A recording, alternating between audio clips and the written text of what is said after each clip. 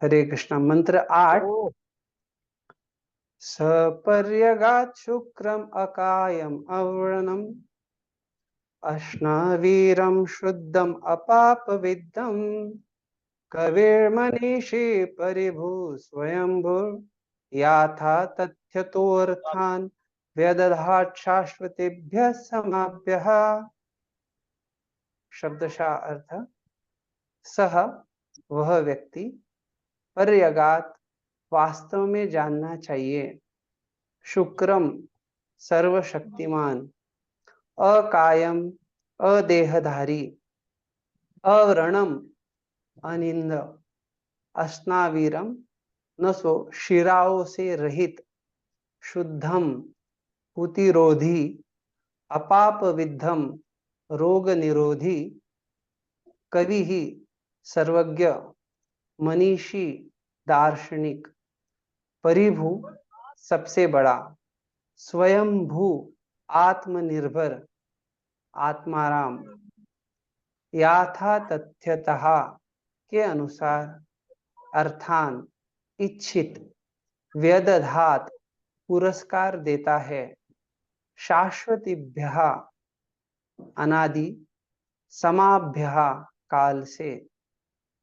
अनुवाद तथा तात्पर्य एसी भक्तिवेदांत स्वामी श्रील प्रभुपाद जी के द्वारा। श्रील प्रभुपाद की जय।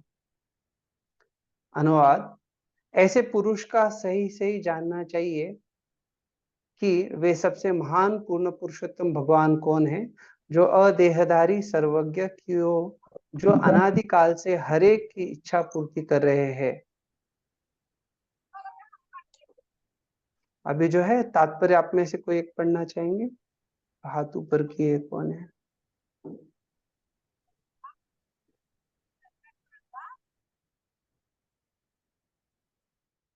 पढ़ू प्रभु जी, मैं हरि बोल।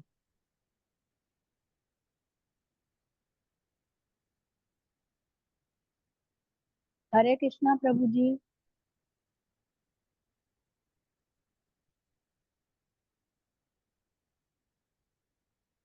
आवाज नहीं आ रही है आपकी प्रभु जी क्या? हाँ, वैकुंठ सेवक प्रभु पढ़िए।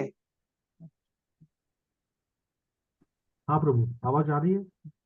हाँ, जिनका हैंड रेज करेंगे वो पढ़ सकते हैं। हाँ प्रभु जी, आवाज आ रही है मेरी? यस प्रभु जी, पढ़िए। ओके। यह पूर्ण पुरुषोत्तम भगवान के दिव्य एवं शाश्वत स्वरूप का वर्णन है। परमेश्वर रूप विहीन निराकार नहीं है। उनका अपना ही दिव्य रूप है, जो इस भौतिक जगत के रूपों से तनिक भी मेल नहीं खाता।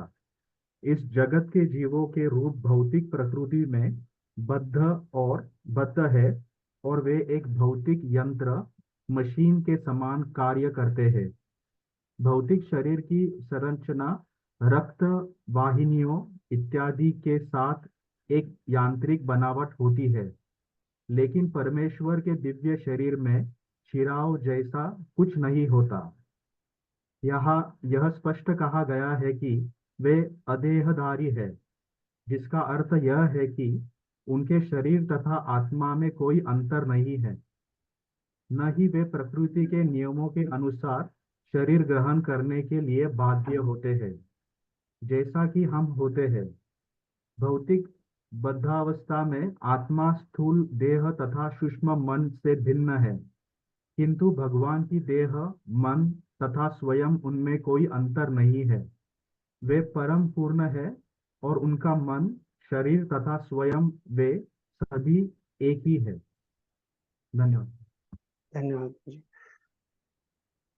तो अभी जो है ये मंत्र 8 किस प्रकार से एक महाभागवत जो है वो भगवान को समझता है, उसके बारे में यहाँ पे चर्चा है। यहाँ पे जब ये अकायम शब्द का उपयोग किया गया है, तो निश्चित रूप से आप यहाँ देख सकते हैं ऊपर सपर्यगात, यहाँ पे ये जोड़ा हुआ है अकायम, शुक्रम अकायम। तो अर्थात जब ये कहा जाता है कि अकायम, तो प्रभुपाद जी उसको अनुवाद कर रहे हैं ये अदेहधारी, अर्थात उसको देह विरहित ऐसे नहीं कहा गया, अदेहधारी ऐसे कहा गया। तो अदेहधारी और देह विरहित, इसमें क्या अंतर है? निश्चित रूप से जब अदेहधारी कहा गया है तो उनका सामान्य बाकी जीवों जैसा देह नहीं है। और देह विरहित जब कहा जाता है तो बहुत बार हमें ये सुनने को मिलता है शास्त्रों के आधार पे कि जो भूत प्रेत जो होते हैं, तो भूतों को क्योंकि उनके कर्मों के अनुसार समय के पहले ही उनका शरीर नष्ट हो गया, और जो बाकी समय उसके लिए उनके पास कोई शरीर नहीं होता है स्थूल रूप से, तो इसलिए ऐसे जो जीवात्माएं हैं जिनके पास स्थूल शरीर नहीं, तो उनको भूत कहा जाता है, तो वो देह रहित रहते।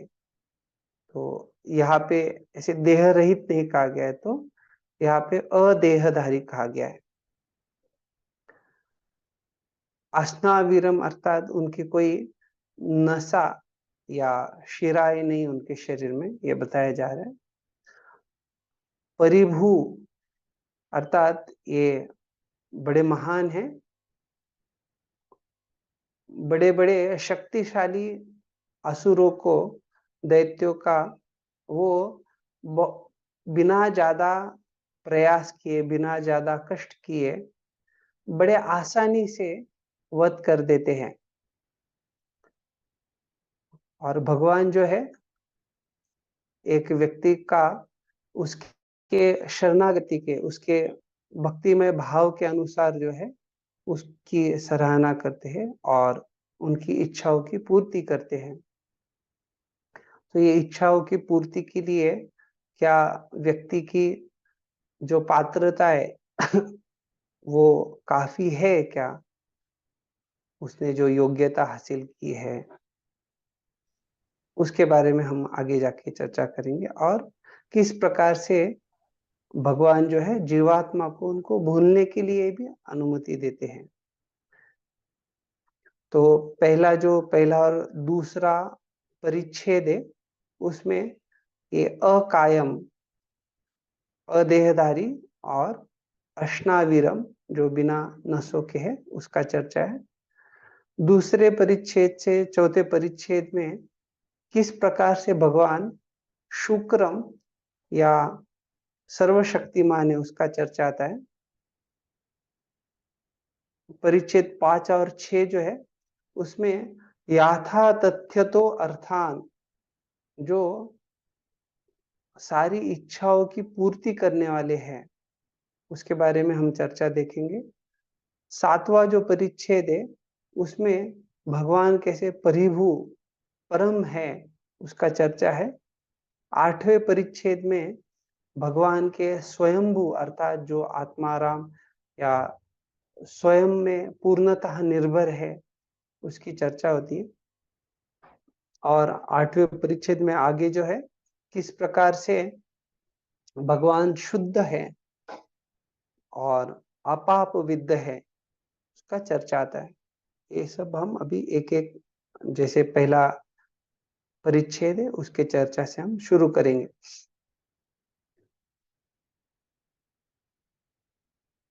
शुरुआत में प्रभुपाद जी समझा रहे किस प्रकार से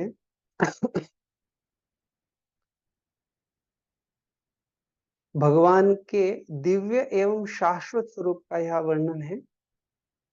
अभी जब भगवान का शरीर दिव्य है और शाश्वत है, तो हम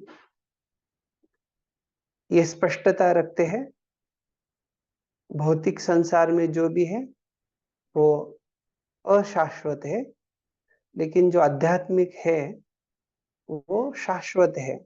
और विशेष रूप से भगवान जो सभी भौतिक आध्यात्मिक जगत सबके स्रोत है, उनका शरीर जो है वो हमेशा शाश्वत रूप से विद्यमान होता है और वो दिव्य भी है। तो प्रभुपाद जी समझा रहे किस प्रकार से परमेश्वर रूप विहीन या निराकार नहीं है।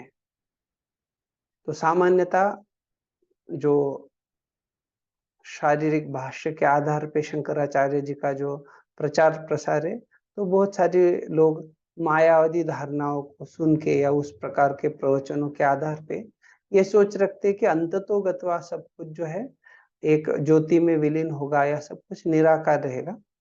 लेकिन परम सत्य या अंतिम सत्य जो है, जिसके बारे में हमने पहले चर्चा की और उसमें उदाहरण भी हमने देखा था,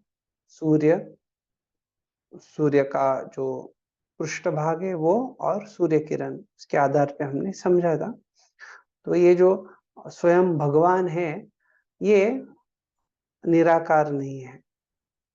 अभी कोई ये कह सकता है कि जो कुछ भगवान से उद्भूत है, अगर उसमें आकार है और भगवान जो सभी चीजों के स्रोत है, तो वो कैसे निराकार हो सकते हैं? ये संभावना नहीं है। तो ये स्पष्टता हमें होना चाहिए कि जब भगवान को यहाँ पे कुछ संबोधित किया जा रहा है, तो उसका अर्थ हमें कैसे समझना है, और प्रभुपाद जी हम जैसे आगे बढ़ेंगे उसका गहराई में स्पष्टीकरण हमें प्रस्तुत करते हैं।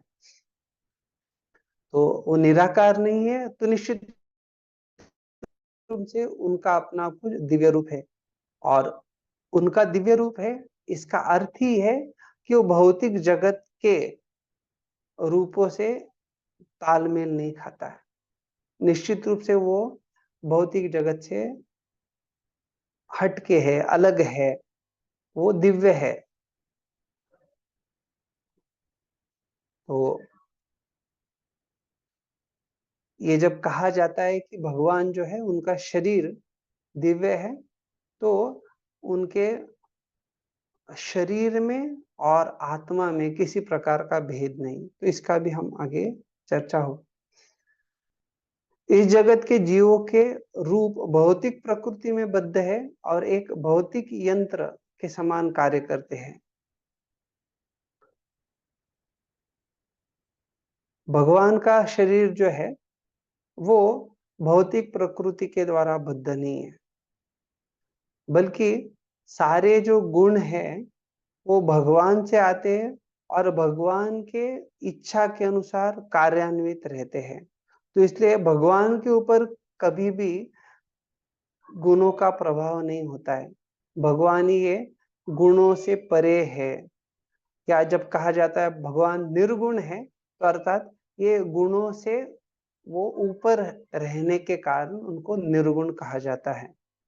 तो ये यहाँ स्पष्टता है कि निश्चित रूप से भगवान बद्ध नहीं है, लेकिन जो भौतिक जगत में जीवात्माएं हैं वो प्रकृति के द्वारा बद्ध है, और उनका जो शरीर है वो एक भौतिक यंत्र के समान वो कार्य करता है। और इसलिए भगवान गीता में कहते हैं यंत्रारूढ़ानी माया। भौतिक शरीर की संरचना रक्त वाहिनियों इत्यादि के साथ एक यांत्रिक बनावट होती है। तो हमें जो विज्ञान है, विज्ञान में विशेष रूप से जो शरीर रचना, शरीर की व्यवस्था के बारे में ज्ञान दिया जाता है, तो वहां पे स्पष्टता से समझ में आ जाता है कि इस प्रकार से शरीर में अलग अलग प्रकार की वाहिनियां हैं, अलग अलग प्रकार की नसें हैं, और कैसे जो हृदय में खून या रक्त जो होता है उसको पंपिंग, उसको शरीर में अलग अलग जगह में उसको भेजा जाता है। तो इस प्रकार से शरीर जो है कार्यान्वित होता है, तो वो एक यंत्र के समान ही उसका व्यवस्था किया गया है। लेकिन भगवान के शरीर में ऐसा कुछ शिराओं का जरूरत नहीं है। तो इसलिए यहाँ पे कहा गया है कि वो अदेहधारी है, और उसका अर्थ बताया है कि उनके शरीर तथा आत्मा में कोई अंतर नहीं है। जो भौतिक बद्धावस्था है उसमें दोनों में अंतर होता है। तो ये देखने को मिलता है कि आत्मा जो है वो शाश्वत रूप से भगवान का अंश है, और उसका भगवान की सेवा में एक शाश्वत वास्तविक स्थिति है। लेकिन जब भौतिक जगत में कर्मों के अनुसार जीवात्मा अलग अलग योनियों में घूमता है, तो उस समय निश्चित रूप से ये जरूरत नहीं है कि उसका शाश्वत स्थिति एक है और उसी स्थिति के अनुसार उसका शरीर भी बना होना चाहिए।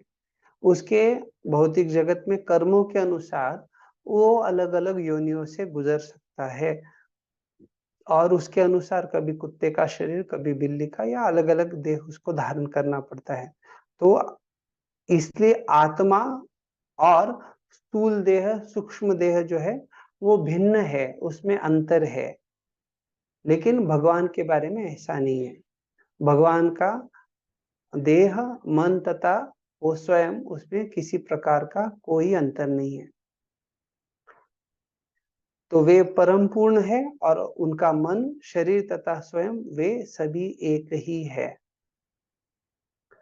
तो परम पूर्ण कहने का अर्थ जो है उसके बारे में हमने पहले भी अच्छा खासा चर्चा किया। तो यहाँ पे स्पष्टता रहना चाहिए किस प्रकार से भगवान, उनके बारे में ये भौतिक प्रकृति के गुण या भौतिक सोच जो है वो नहीं आती। जिस प्रकार से यहाँ पे हम देख सकते हैं कि सृजन होता है, लेकिन भगवान के बारे में आध्यात्मिक जगत में वहां पे ऐसे भौतिक सृजन जैसा सृजन का कोई बात नहीं आता है। क्यों? क्योंकि वो वहां पे भगवान का सब कुछ शाश्वत है।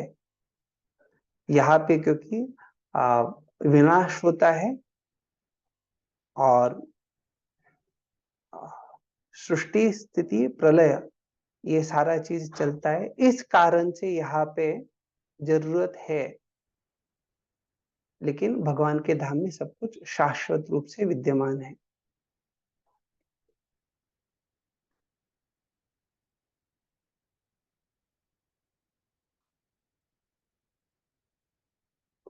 अलंकार मूल्य प्रभु, आपको अगला पैराग्राफ पढ़ना है, 1-2 मिनट के बाद बताता हूँ। ब्रह्म संहिता 5.8 के परमेश्वर का ऐसा वर्णन मिलता है, उसमें उन्हें सच्चिदानंद विग्रह कहा गया है, जिसका अर्थ यह है कि दिव्य अस्तित्व, ज्ञान तथा आनंद का पूर्ण प्रतिनिधित्व करने वाले शाश्वत रूप है। अंततः उन्हें पृथक शरीर अथवा मन की आवश्यकता नहीं होती, जैसे हमें भौतिक अस्तित्व में होती है। वैदिक ग्रंथों में स्पष्ट कथन है कि भगवान का दिव्य शरीर है, हमारे शरीर से सर्वथा भिन्न होता है, इसलिए उन्हें कभी निराकार कहा जाता है।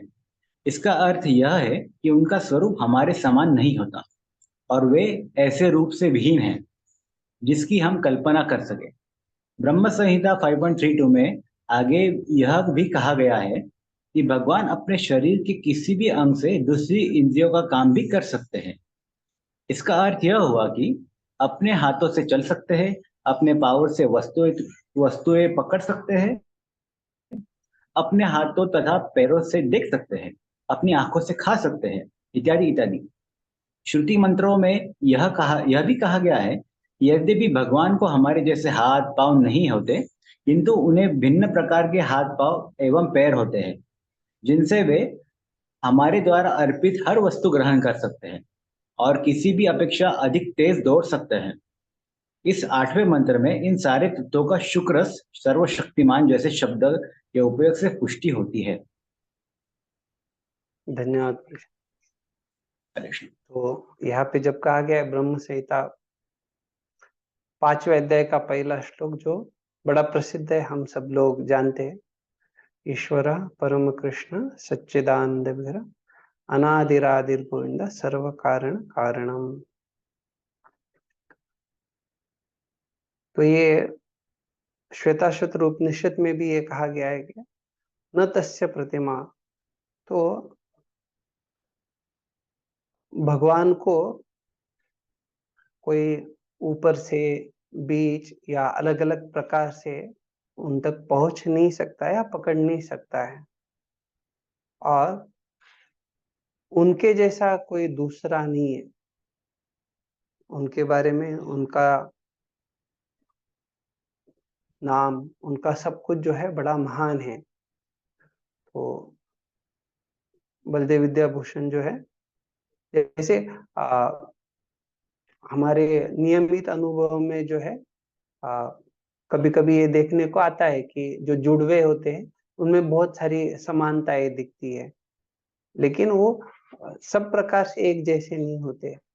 लेकिन यहाँ पे जब कहा गया है कि भगवान के समान कोई नहीं है, तो निश्चित रूप से उसमें कोई ऐसा है नहीं है भगवान के जैसा भगवान की तुलना में। और भगवान गीता में इसलिए बोलते हैं कि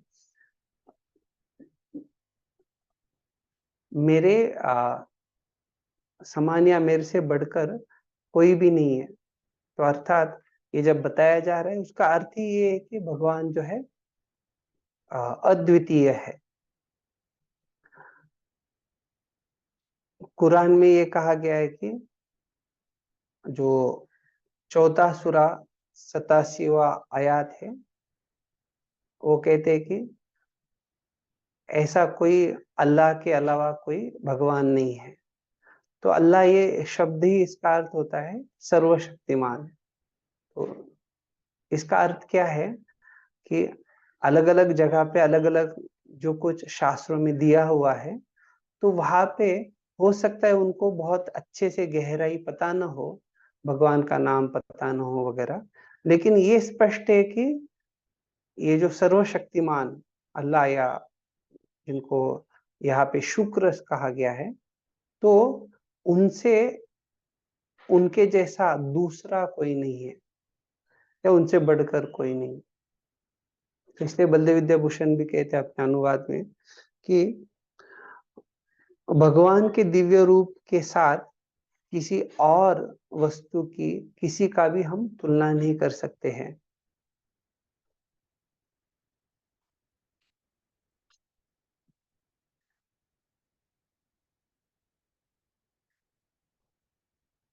डिनोटेशन या जो संकेतन होता है, तो वो बतलाता है किसी शब्द का अर्थ क्या होता है।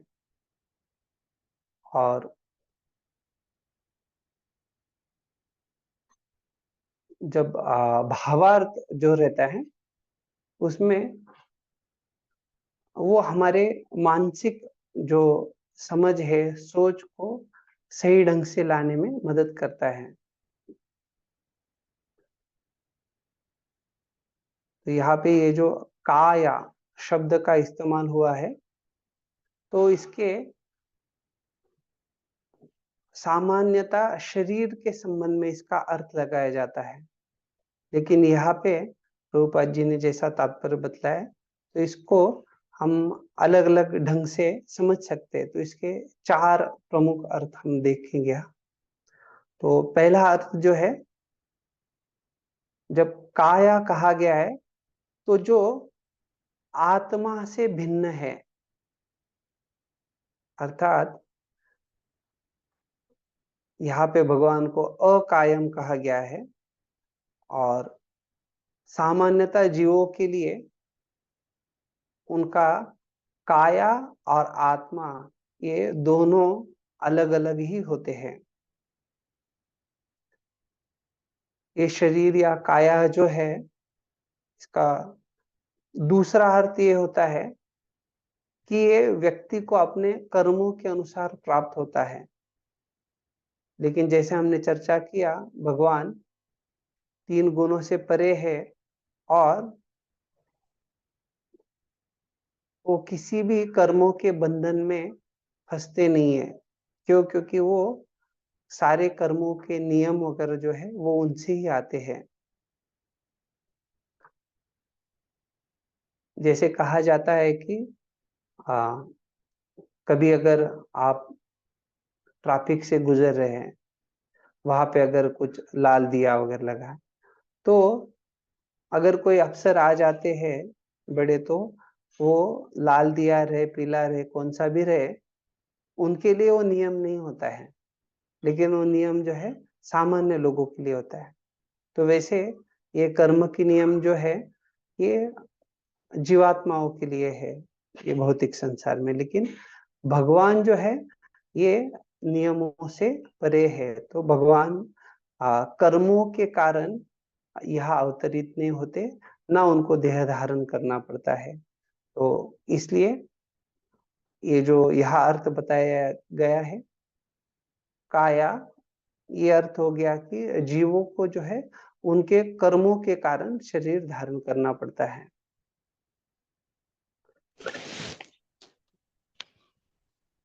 और तीसरा अर्थ जो है जो आत्मा के द्वारा दिया जाता है। तो अभी आत्मा के द्वारा दिया जाता है अर्थात आत्मा जो है वो उसकी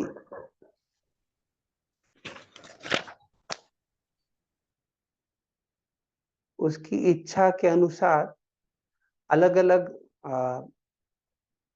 कुछ बनना चाहता है। वो कुछ अलग अलग प्रकार से खाना चाहता है, अलग अलग उसकी इच्छाएं होती है। तो उसकी इच्छाएं और उसकी योग्यताएं उसके कारण जो है वो आत्मा के द्वारा उसको वो शरीर या काया जो है वो प्राप्त होती है। और चौथा जो है जो आत्मा को नीचे लेके जाती है या गिराती है। तो अर्थात कैसे नीचे लेके जाती है या गिराती है? तो जब व्यक्ति शारीरिक चेतना में जीवन यापन करता है तो वो शरीर के तुष्टि के लिए बहुत सारे अन्य अन्य पापमय कार्यों में लग जाता है। तो इस कारण से वो जो है आत्मा के पतन का कारण बनती है। तो इस प्रकार से ये जो चार अर्थ है, कैसे काया अर्थात जो आत्मा से भिन्न है। दूसरा अर्थ होता है कि जो कर्मों के द्वारा प्राप्त है। तीसरा अर्थ जो है जो आत्मा के द्वारा दिया जाता है।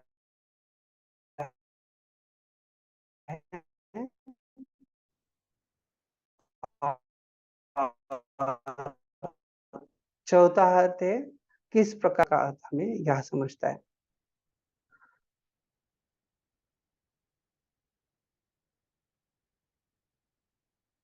यहाँ पे प्रभुपाद जी ने ये जो शब्द का अनुवाद किया है अंग्रेजी में उसको अनएम्बोडाइड बोला गया है या हिंदी में हम उसको अदेहधारी इस रूप में हम उसका चर्चा कर रहे हैं।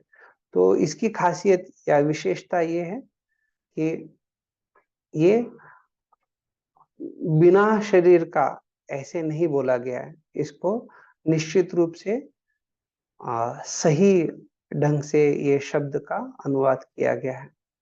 वही अगर दूसरा कुछ अनुवाद करते तो उसका अलग और भी अर्थ निकल सकता है।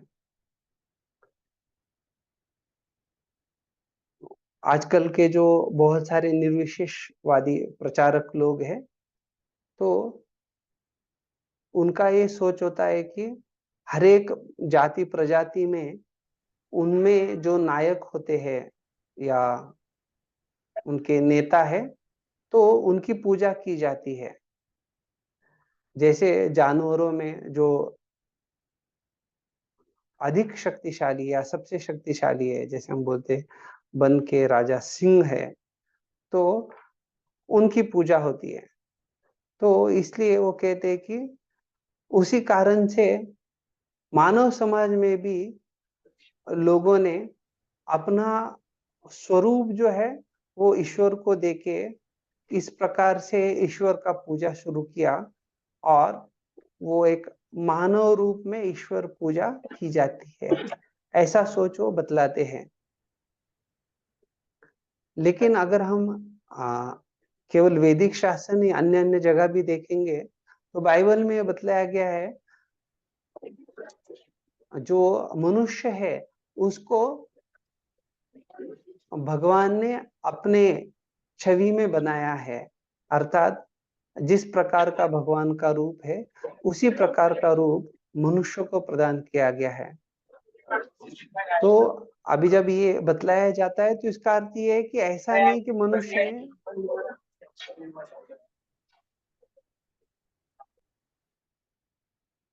इसका अर्थ ये नहीं कि मनुष्य ने भगवान का शरीर का सोच रखा या उसका कल्पना करके कुछ काल्पनिक ढंग से कुछ बनाया है, ऐसा नहीं है। तो हमारा जो रूप है वो भगवान के स्वरूप के अनुसार बनाया गया है।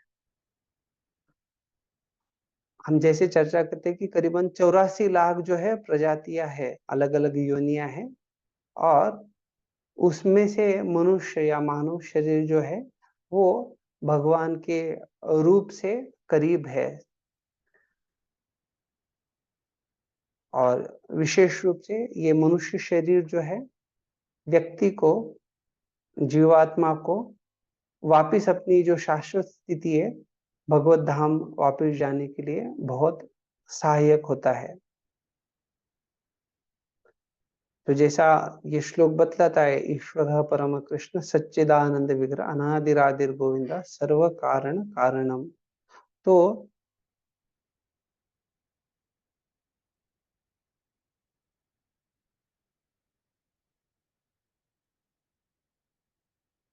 भगवान यहाँ पे जब कहा जा रहा है कि ये सर्व कारण कारणम है, अर्थात सारे कारणों के कारण है, तो हमारे उत्पत्ति स्थिति प्रलय, हमारा आध्यात्मिक जगत में होना, भौतिक जगत में होना, या जो भी सृष्टि, भौतिक जगत की सृष्टि है, आध्यात्मिक जगत की सृष्टि है, अलग अलग प्रकार की जो शक्तियां, जो भी हमें हमारे अनुभव में देखने को, अलग अलग प्रकार से अनुभव करने को आता है, और जो हमारे अनुभव से भी परे है, वो सारे चीजों के स्रोत, सर्व कारण जो है वो भगवान है।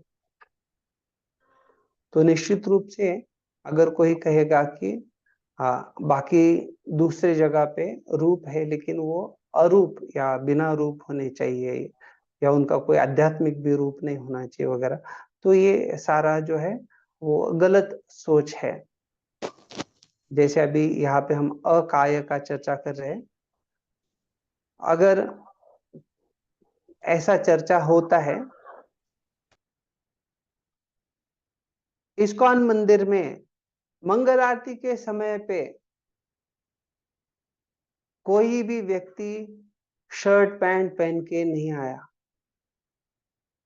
तो इसका अर्थ ये नहीं हुआ कि किसी ने कोई भी वस्त्र पहने नहीं। तो इसका अर्थ ये है कि सारे भक्त लोग जो है वो धोती कुर्ता पहन के आए। तो उसी प्रकार से यहाँ पे जब कहा गया है अकायम, तो इसका अर्थ ये नहीं हो गया कि अकाय कहा गया है तो इसलिए भगवान का कोई रूप नहीं है, भगवान का कोई शरीर नहीं है, ऐसा कुछ गलत अर्थ उसका नहीं लगाना चाहिए।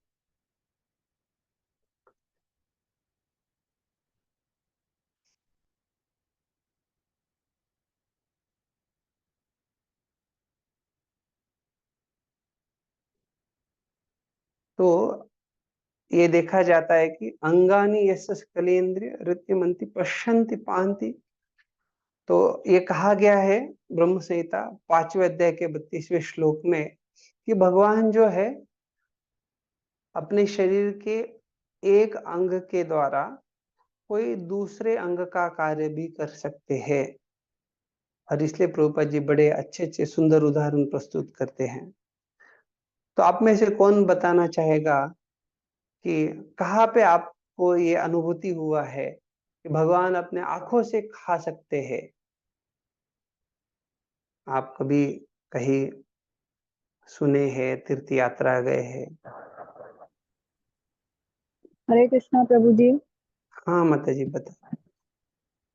प्रभु जी, हम लोग ऐसे लोग बोलते हैं कि भगवान को तो हम लोग प्रसाद लगाते हैं, लेकिन भगवान तो प्रसाद खाते ही नहीं है, वैसे ही रहता है। अब हमारे इस्कॉन में ये है कि भगवान तो अपने आंखों से भी खा सकते हैं, ओके इसीलिए हम ठीक लोग है, को मान्यता है कि हम भगवान अपने किसी भी इंद्रियों से कुछ भी कर सकते हैं। हरे कृष्णा प्रभु। धन्यवाद माता जी। किसी को पता है और कुछ स्पष्टता से? हरे कृष्णा प्रभु जी। यस प्रभु। प्रभु जी, मैंने ये पढ़ा था प्रभु जी कि भगवान के प्रसाद ग्रहण करने से कभी वो घटता नहीं है। तो हमको एहसास होता है कि भगवान नहीं खा रहे हैं, लेकिन वो भगवान एक्चुअल में खा रहे हैं, भगवान एक्सेप्ट कर रहे हैं, क्योंकि हमें हमारे एहसास खाने से तो कैसे होगा भौतिक। भगवान नहीं खाते हैं? आपको एहसास कैसे होता है कि भगवान नहीं खा रहे? नहीं, हमको एहसास होता है प्रभु जी भगवान ग्रहण कर रहे हैं, क्योंकि भगवान ग्रहण आप करते हैं। वैसा बोले, इसके पहले आपने बोला कि नहीं खा रहे, ऐसा एहसास होता है। ठीक है, कुछ नहीं, समस्या हमको, नहीं। हाँ ठीक है प्रभु जी, लोग कहते हैं कि नहीं खा रहे हैं, लेकिन हमको ये लगता है कि भगवान खा रहे हैं, क्योंकि भगवान के खाने से कभी कोई चीज कमी कम नहीं होता है, इसलिए हमको बल्कि लगता वो है कि बढ़ भगवान नहीं जाता खा है, सही बोले। बढ़ जाता है। यस प्रभु जी। उसमें स्वाद बढ़ जाता है और वगैरह। प्रभु जी जी इसमें जी। स्वाद भी अभी बढ़ जाता है। हाँ, तो अभी जो है, मैं आपको जैसे उदाहरण पूछ रहा था, तो सामान्यतः अगर कोई जगन्नाथपुरी जाएंगे तो वहां पे भगवान को बस भगवान के सामने रख देते हैं। निश्चित रूप से भोग लगाना वगैरह सब होता है, लेकिन ये माना जाता है कि भगवान बस देख के उसको स्वीकार कर लेते हैं। बहुत बार जो बाहर मंदिर के प्रांगण आजू बाजू में जहाँ पे जो अन्य अन्य धामवासी लोग कुछ बेचते हैं, तो बस चक्र को दिखा देते हैं, भोग लग जाता है। तो भगवान केवल देख के उसको स्वीकार कर लेते हैं। तो भगवान, उनमें वो शक्ति है कि इस प्रकार से उनके देखने मात्र से वो खा सकते हैं। और अन्य ये जैसे उदाहरण बताए गए हैं कि पावों से वस्तुएं पकड़ सकते वगैरह, तो ये भगवान सब कुछ कर सकते हैं। तो ये बड़ी विशेषता है। तो इसको जितना भी हो हम गहराई में, वो बड़ा विशेष चर्चा है। और आप अलग अलग प्रकार से भगवान किस प्रकार से ये सारे अन्य अन्य कार्य अपने अन्य अन्य अंगों से कर सकते हैं, उसको आप एक होमवर्क, घर गृह कार्य के रूप में आपको करना चाहिए। जितना आप उस पर चिंतन करेंगे, उतना आपका भगवान के बारे में स्मरण बढ़ेगा, और ये श्लोक भी आपको अच्छे से आप समझ पाएंगे। बोली सोनाली पाटिल माता जी। हाँ, हरे कृष्ण बाबा जी। मिस भगवान सिर्फ एक दृष्टि क्षेप से संख्या ब्रह्मांड की निर्मित करते। ओ बढ़िया, बहुत अच्छा बताया माता जी। तो ये शास्त्रों में कहा गया है कि कैसे भगवान अपने दृष्टि से, जिसको शंभु कहा जाता है, तो उससे वो सब सृजन करते हैं।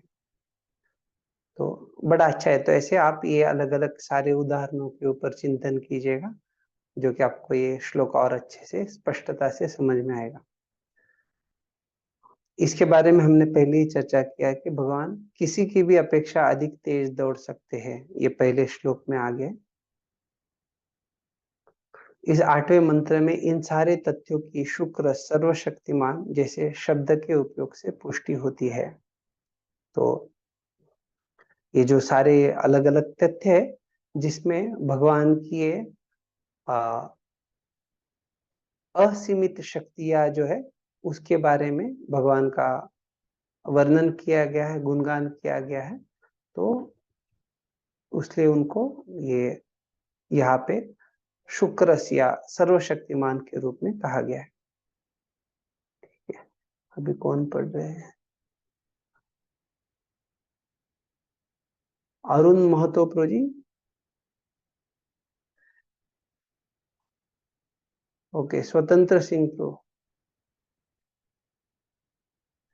हरे कृष्णा प्रभु जी। हरे कृष्ण।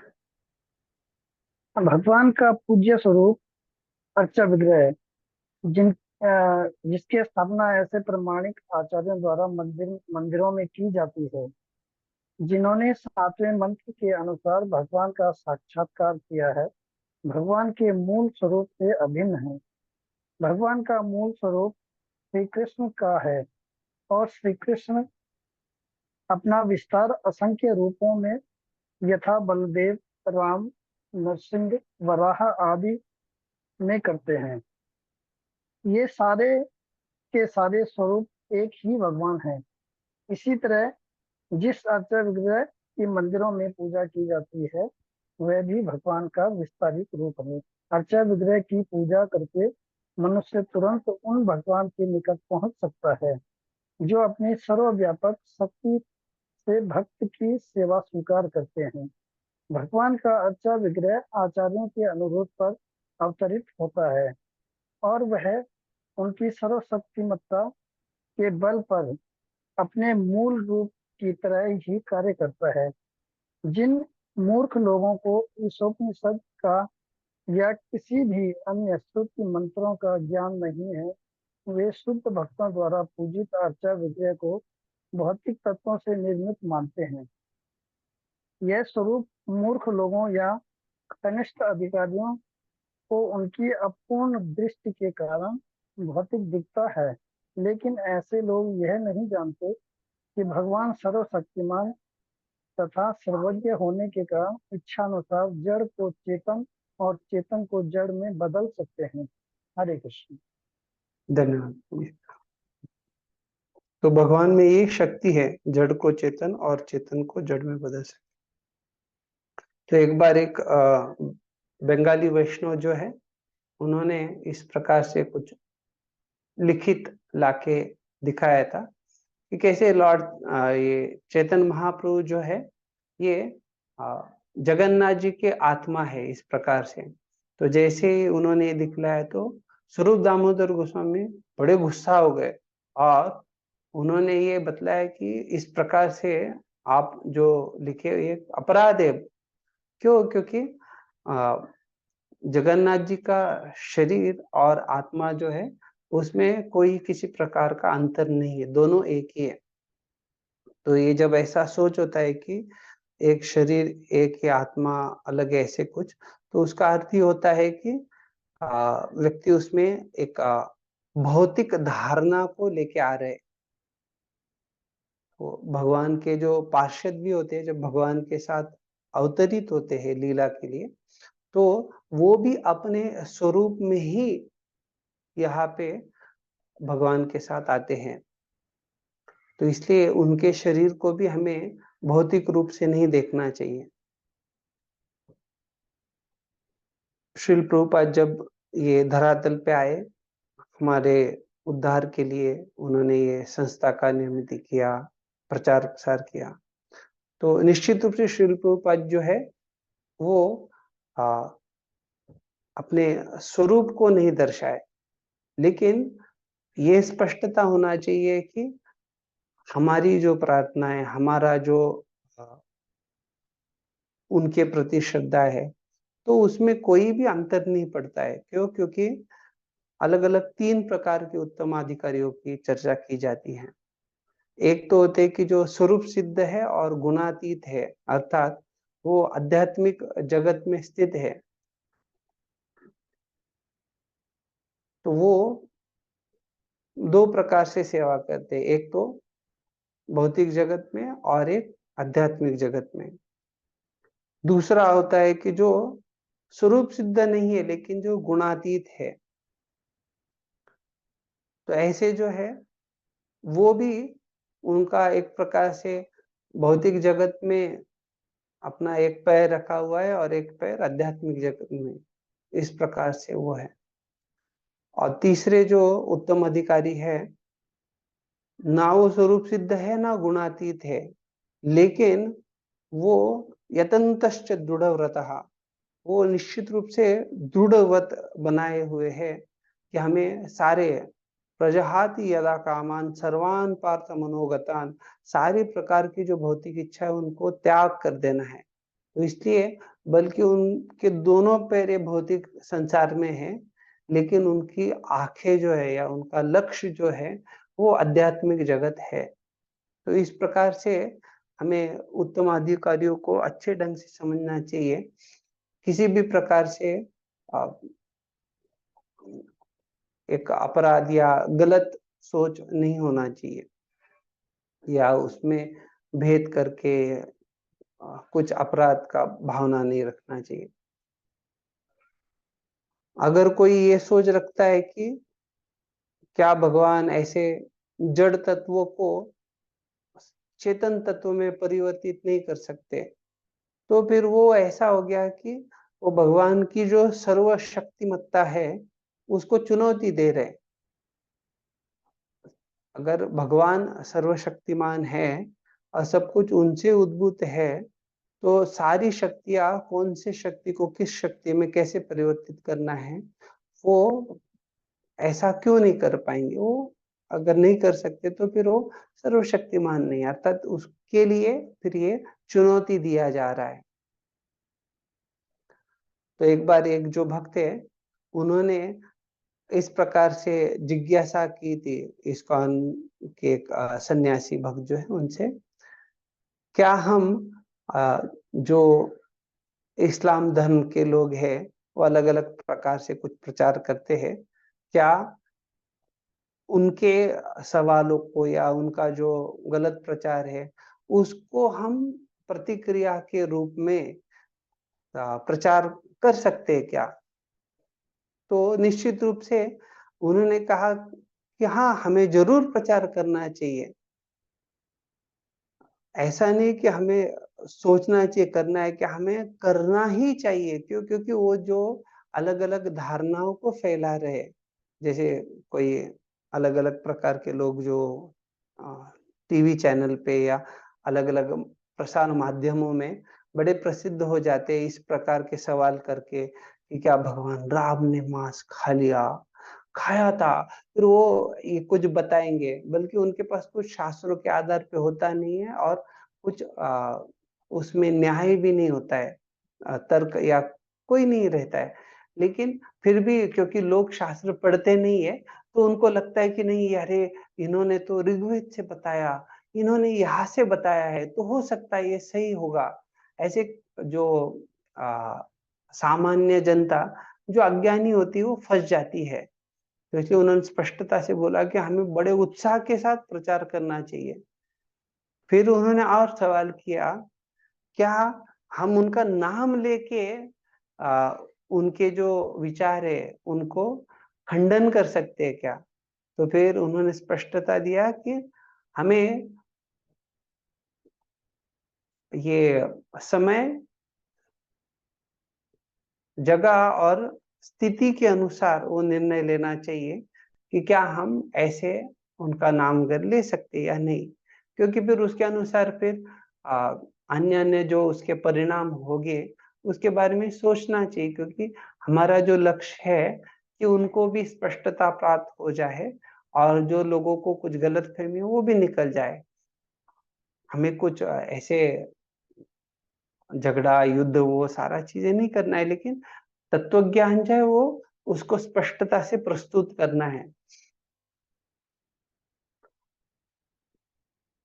तो वो जो सन्यासी, उन्होंने फिर बड़ा अच्छे से जो रथ यात्रा का प्रवचन था उसमें ये समझाया कि अगर कोई व्यक्ति है, वो कहते हैं कि हम भगवान के रूप को नहीं स्वीकार करते, क्योंकि इस्लाम धर्म में जो है वो ये बहुत बड़े मात्रा में ऐसे वो जहाँ पे भी विग्रह की आराधना होती है तो वो मूर्ति पूजा बोल के वो मूर्तियों का वो खंडन करते हैं। तो इसलिए फिर उन्होंने बड़ा अच्छे से समझाया कि ये भगवान जो है उनकी शक्ति को कोई सीमित करना चाहता है।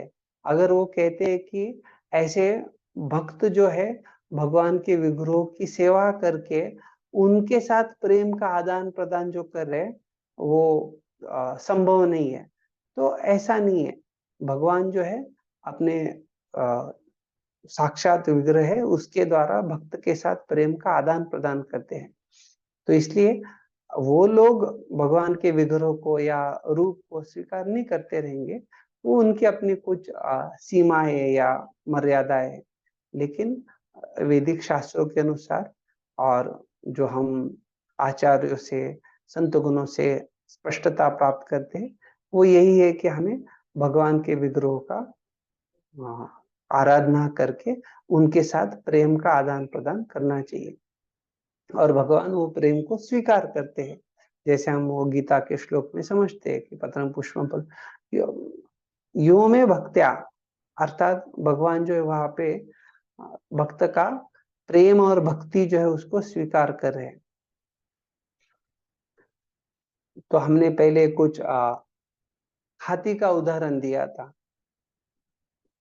छोटे बच्चे का हाथी का। तो उसी प्रकार से अगर कोई बच्चा है वो पिताजी तक पहुंच नहीं पा रहा है, तो पिताजी जो है वो खुद झुक जाते हैं, जो कि बच्चे के साथ वो आदान प्रदान कर पाए। तो उसी प्रकार से हम देखते हैं कि जो टोटा गोपीनाथ जी के विग्रह है जगन्नाथपुरी में, तो वो पहले खड़े थे, लेकिन फिर धीरे धीरे जब गदाधर पंडित जो है वो उम्र के साथ उनका सेवा करना मुश्किल हो रहा था, तो अपने भक्त के साथ आदान प्रदान करने के लिए भगवान खुद बैठ गए।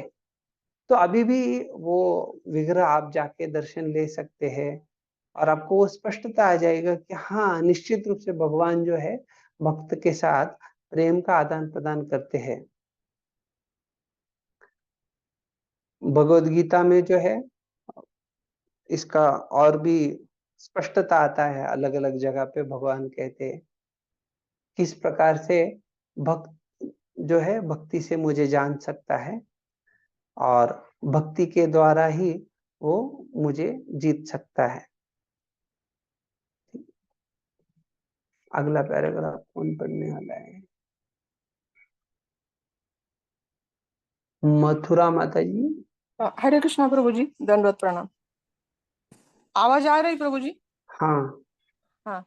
भगवत गीता 9.11 और 12 में भगवान उन अल्पज्ञ व्यक्तियों की पतितावस्था पर खेद प्रकट करते हैं जो भगवान का इसलिए उपास करते हैं कि वे मनुष्य की भांति इस जगत में अवतरित होते हैं।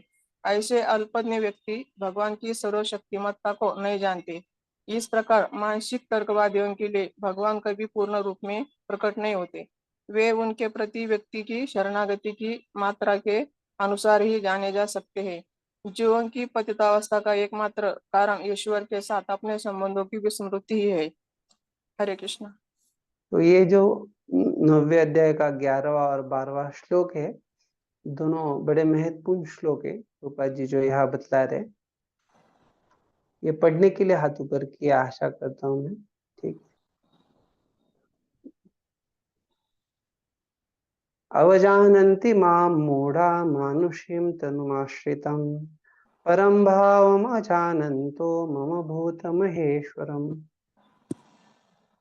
अवजानन्ति मां मूढ़ा, जो मूर्ख लोग हैं वो जब मैं मनुष्य के रूप में अवतरित होता हूँ तो वो मुझे मेरी निंदा करते, या वो मुझे जान नहीं पाते। वो ये नहीं समझते कि मेरा जो दिव्य भाव है, परम भाव अजानन्तः मम भूत महेश्वरम, मैं किस प्रकार से एक दिव्य स्थिति में स्थित हूँ, और मैं सारे जीवात्माओं का महेश्वर या सबका मैं स्वामी हूँ, सबका नियंत्रक हूँ। इस प्रकार से वो जान नहीं पाते।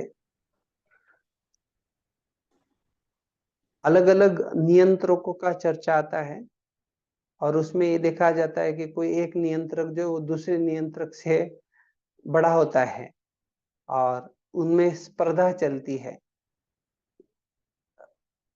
उसके लिए अलग अलग प्रयास भी किए जाते हैं।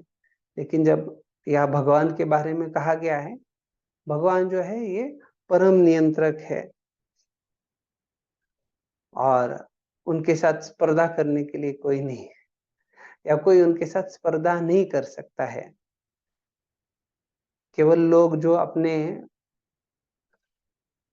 अधूरे ज्ञान के कारण जो है वो ऐसा कुछ सोचते हैं, या भगवान की निंदा करते हैं, भगवान को कम लिखा जाता है।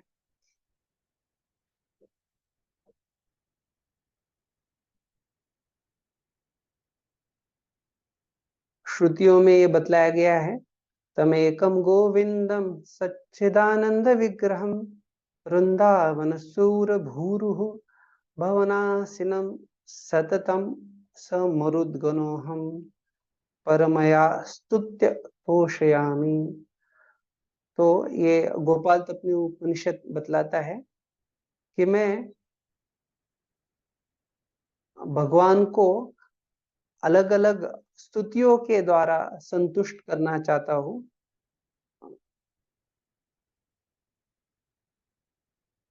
जो एक गोविंद सच्चिदानंद रूप में है और वो एक कल्पतरु के यहाँ विराजमान है। तो ऐसे बड़े सुंदर अलग अलग ढंग से भगवान का महिमा का वर्णन आता है।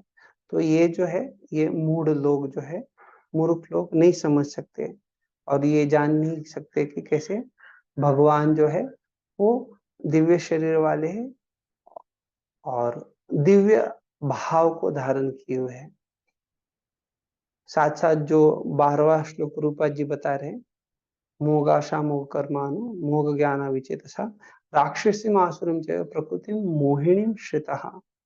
तो मोग आशा, तो अमोघ अर्थात जो है परिपूर्ण हम समझ सकते हैं, और मोग आशा अर्थात जिनकी आशाओं का छिन्न भिन्न कर दिया गया है या वो उन आशाओं के कारण विचलित हो गए हैं, या वो आशाएं जो है वो निम्नतम स्तर की है। मोग कर्माणः, उनके कार्य भी जो है वो निम्नतम स्तर के हैं। मोग ज्ञाना, और उनका ज्ञान भी जो है ये सारा परिपूर्ण नहीं है। तो ऐसे लोग जो है ये राक्षसीम आसुरीम मोहिनीम प्रकृतिम श्रितः। तो उन्होंने जो है ऐसे राक्षसी आसुरी प्रवृत्ति का आश्रय लिया है। क्यों? क्योंकि ये सारे लोग जो है ये मोहित हुए हुए हैं। तो इस प्रकार से प्रभुपाद जी ये यहाँ पे हमें समझा रहे कि भगवान उन अल्पज्ञ व्यक्तियों की पतितावस्था पर खेद प्रकट करते हैं जो भगवान का इसलिए उपास करते हैं कि वे मनुष्य की भांति इस जगत में अवतरित होते हैं। तो अभी ऐसे लोग भगवान के सर्वशक्तिमत्ता को क्यों नहीं जान पाते? तो बल्कि वो लोग भगवान की निंदा करे या भगवान के बारे में अलग अलग प्रकार से गलत सोच फैलाए, फिर भी भगवान सर्वशक्तिमान होने के बाद उनको ऐसे आसुरी अज्ञानी लोगों के ऊपर भी दया आती है। तो अर्थात कोई अगर किसी व्यक्ति का निंदा करे तो वो दोनों के बीच में एक खानदानी दुश्मनी या ऐसे कुछ मतभेद, एक बहुत सारा अंतर बन जाता है और धीरे धीरे वो बढ़ते रहता है। क्योंकि मानसिकता ये होता है कि कोई व्यक्ति हमें कुछ बोल रहे, कैसे उनका हिम्मत कैसे हो गया, इस प्रकार से व्यक्ति का सोच हो सकता है। लेकिन भगवान जो है, बल्कि ये आसुरी लोग उनके इच्छा के बराबर विरुद्ध कार्य करते हैं। उनकी इच्छाएं भी भगवान ने जो बताया गया है उसके बराबर खिलाफ उनका इच्छाएं होती है। तो ऐसे वो एक शैतानी बच्चे या शरारती बच्चों के रूप में है, बल्कि पिताजी उनको हर प्रकार से अच्छा मदद करना चाह रहे। तो ऐसी अवस्था जब रहती कि बच्चा शरारती है और बहुत शैतानी करता है, तो उसके प्रेम के लिए पिताजी जो है प्रेम के कारण बच्चे के ऊपर गुस्सा करते हैं। तो वो गुस्सा जो है वो सही है, अर्थात ऐसे गलत ढंग से या बस गुस्सा करना है इसलिए नहीं किया जा रहा है, बल्कि उसके ऊपर जो प्रेम है उसके कारण से भगवान ऐसे बच्चों के ऊपर या राक्षस के ऊपर भी गुस्सा दिखाते हैं।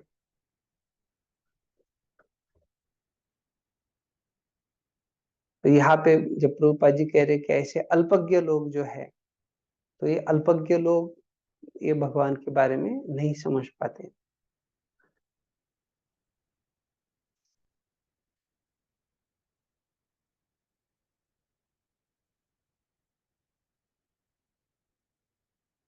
वे उनके प्रति व्यक्ति की शरणागति की मात्रा के अनुसार ही जाने जा सकते हैं।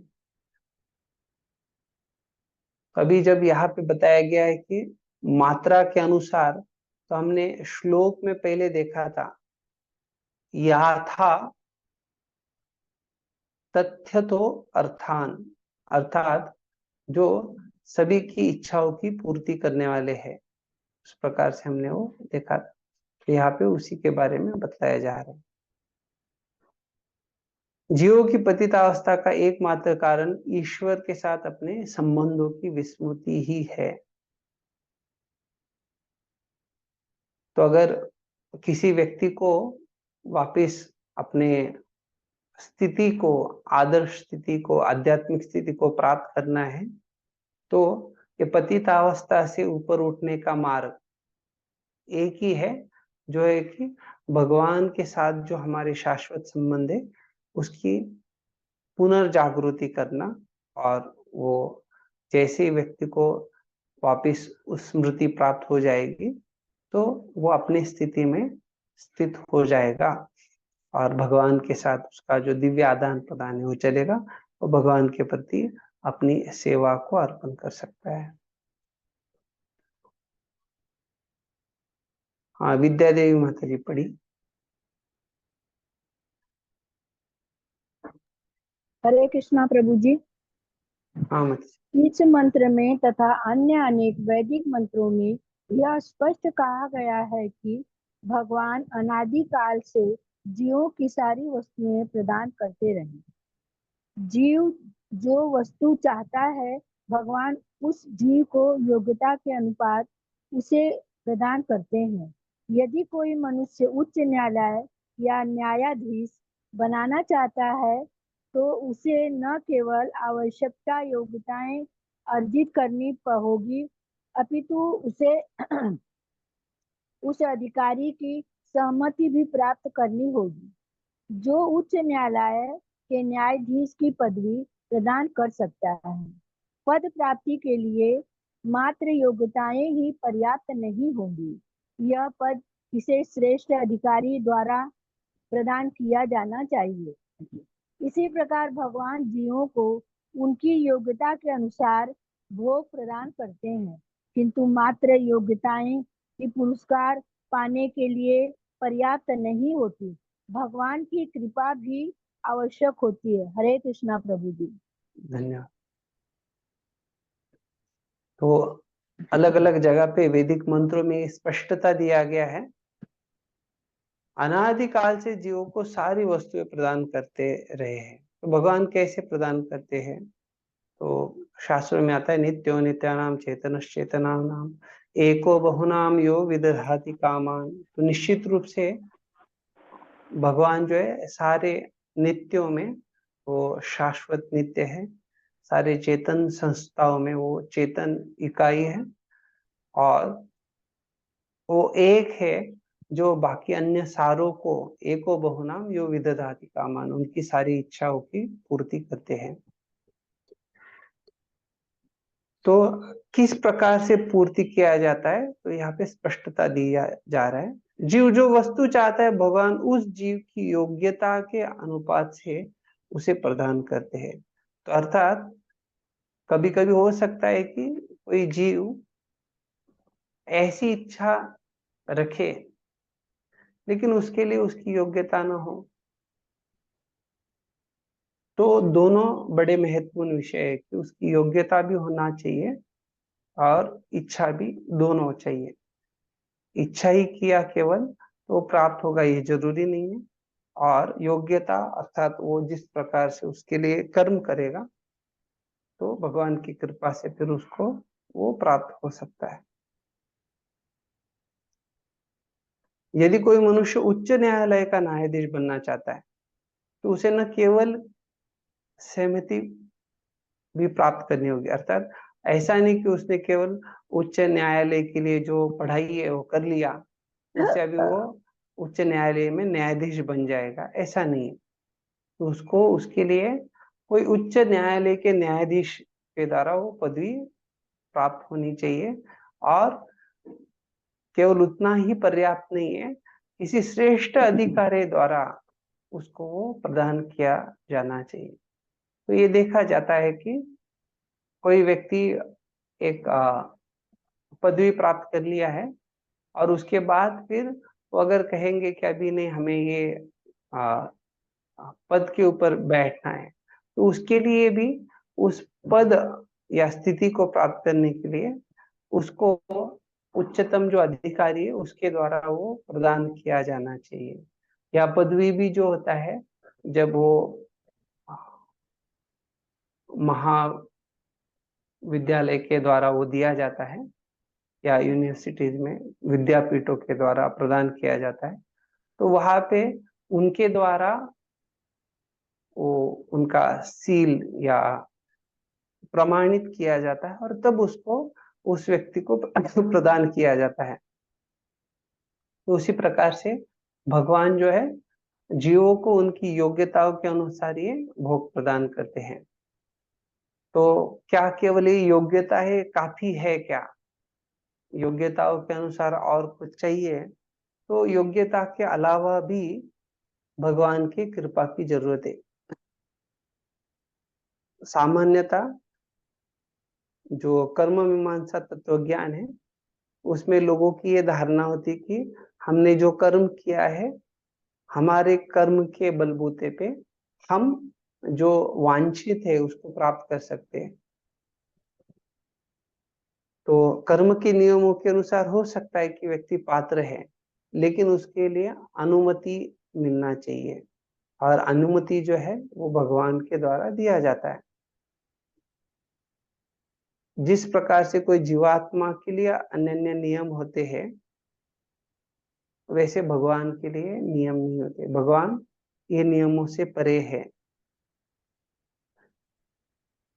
इसलिए ये दोनों चीजें बड़ी महत्वपूर्ण है, एक तो योग्यता और दूसरा जो कृपा है। तो योग्यता जो है हो सकता है व्यक्ति उसके कर्मों के अनुसार जो प्रयास करेगा, लेकिन कृपा जो है वो भगवान के ऊपर आश्रित है, भगवान के ऊपर निर्भर करती है। भगवान कृपा प्रदान करते हैं तो निश्चित रूप से व्यक्ति जो है वो उस इच्छा, अपनी इच्छा की पूर्ति कर सकता है।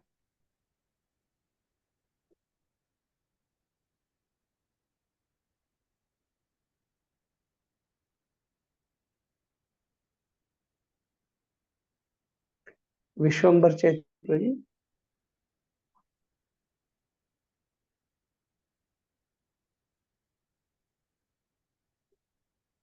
हरे कृष्ण।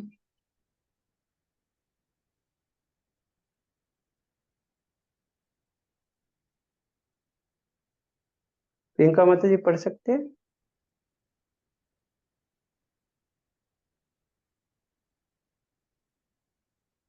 हरे कृष्ण कृष्ण कृष्ण हरे हरे, हरे राम राम राम हरे हरे।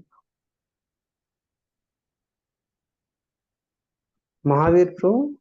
हाँ प्रभु मैं पढ़। हाँ हरे पढ़िए। कृष्ण प्रणाम।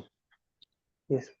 सामान्यतया जीव यह नहीं जानता कि भगवान से क्या मांगा जाए या उनसे किस पद के लिए याचना की जाए, किंतु जब जीव को अपनी वैधानिक स्थिति का पता चल जाता है तो वह याचना करता है कि उसे भगवान अपनी दिव्य संगति के लिए स्वीकार करे, जिससे वह उनकी दिव्य प्रेममयी सेवा कर सके। दुर्भाग्यवश सारे जीव भौतिक प्रकृति के वशीभूत होकर अनेक अन्य वस्तुएं मांगते हैं।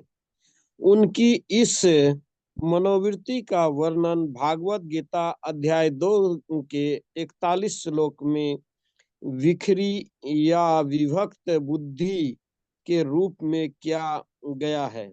आध्यात्मिक बुद्धि एक है, लेकिन दुन्नवी बुद्धि विविध प्रकार की है। श्रीमद् भागवत गीता के अध्याय 7, 5, 30 और 31 में कहा गया है कि जो लोग बहिरंगा शक्ति के क्षणिक सौंदर्य से मोहित हो जाते हैं वे जीवन के असली उद्देश्य को भूल जाते हैं, जो कि भागवत धाम वापस जाना होता है। इसे भूलकर मनुष्य अनेक योजनाओं तथा कार्यक्रमों द्वारा संतुलन लाना चाहता है, लेकिन यह तो चबाए हुए को फिर से चबाने की भांति है। फिर भी भगवान इतने कृपालु हैं कि वे भुलक्कड़ जीव को बिना किसी अवरोध के इसी तरह आगे चलने देते हैं। अतः ईशोपनिषद का यह मंत्र अत्यंत उचित शब्द यथातथ्य का उपयोग करता है, जिससे यह सूचित होता है कि भगवान जीवों को उनकी इच्छाओं के अनुसार पुरस्कृत करते हैं। यदि कोई जीव नरक जाना चाहता है तो भगवान बिना रोक टोक के उसे ऐसा करने देते हैं, और यदि वह घर वापस जाना चाहता है अर्थात भागवत धाम वापस जाना चाहता है तो वे उसकी सहायता करते हैं। हरे कृष्ण प्रभु। धन्यवाद प्रभु जी। तो यहाँ पे प्रभुपाद जी बड़ा सुंदर समझा रहे किस प्रकार से जीव यह नहीं जानता कि भगवान से क्या मांगा जाए या किस पद की याचना की जाए। अगर उसको अपनी जो शाश्वत वास्तविक स्थिति है भगवान के संबंध में वो पता चल जाएगी तो वो सही चीज की मांग करेंगे, अर्थात वो भगवान की जो दिव्य प्रेमामयी सेवा है उसकी मांग करेंगे। लेकिन क्योंकि वो शरीर के साथ उसकी जो गलत पहचान है उसके कारण वो शारीरिक स्तर पे शरीर के पहचान के आधार पे ही वो अपनी मांग करता है, और उस कारण से जो है वो उसके लिए जो सबसे ज्यादा लाभदायक है वो मांग नहीं पाता है। बल्कि देखा जाए तो जितना कोई आध्यात्मिक मार्ग पे है और जितना अच्छा प्रगति कर लिया है तो वो उतना अच्छा बड़े स्तर का भिखारी है बोल सकते हैं।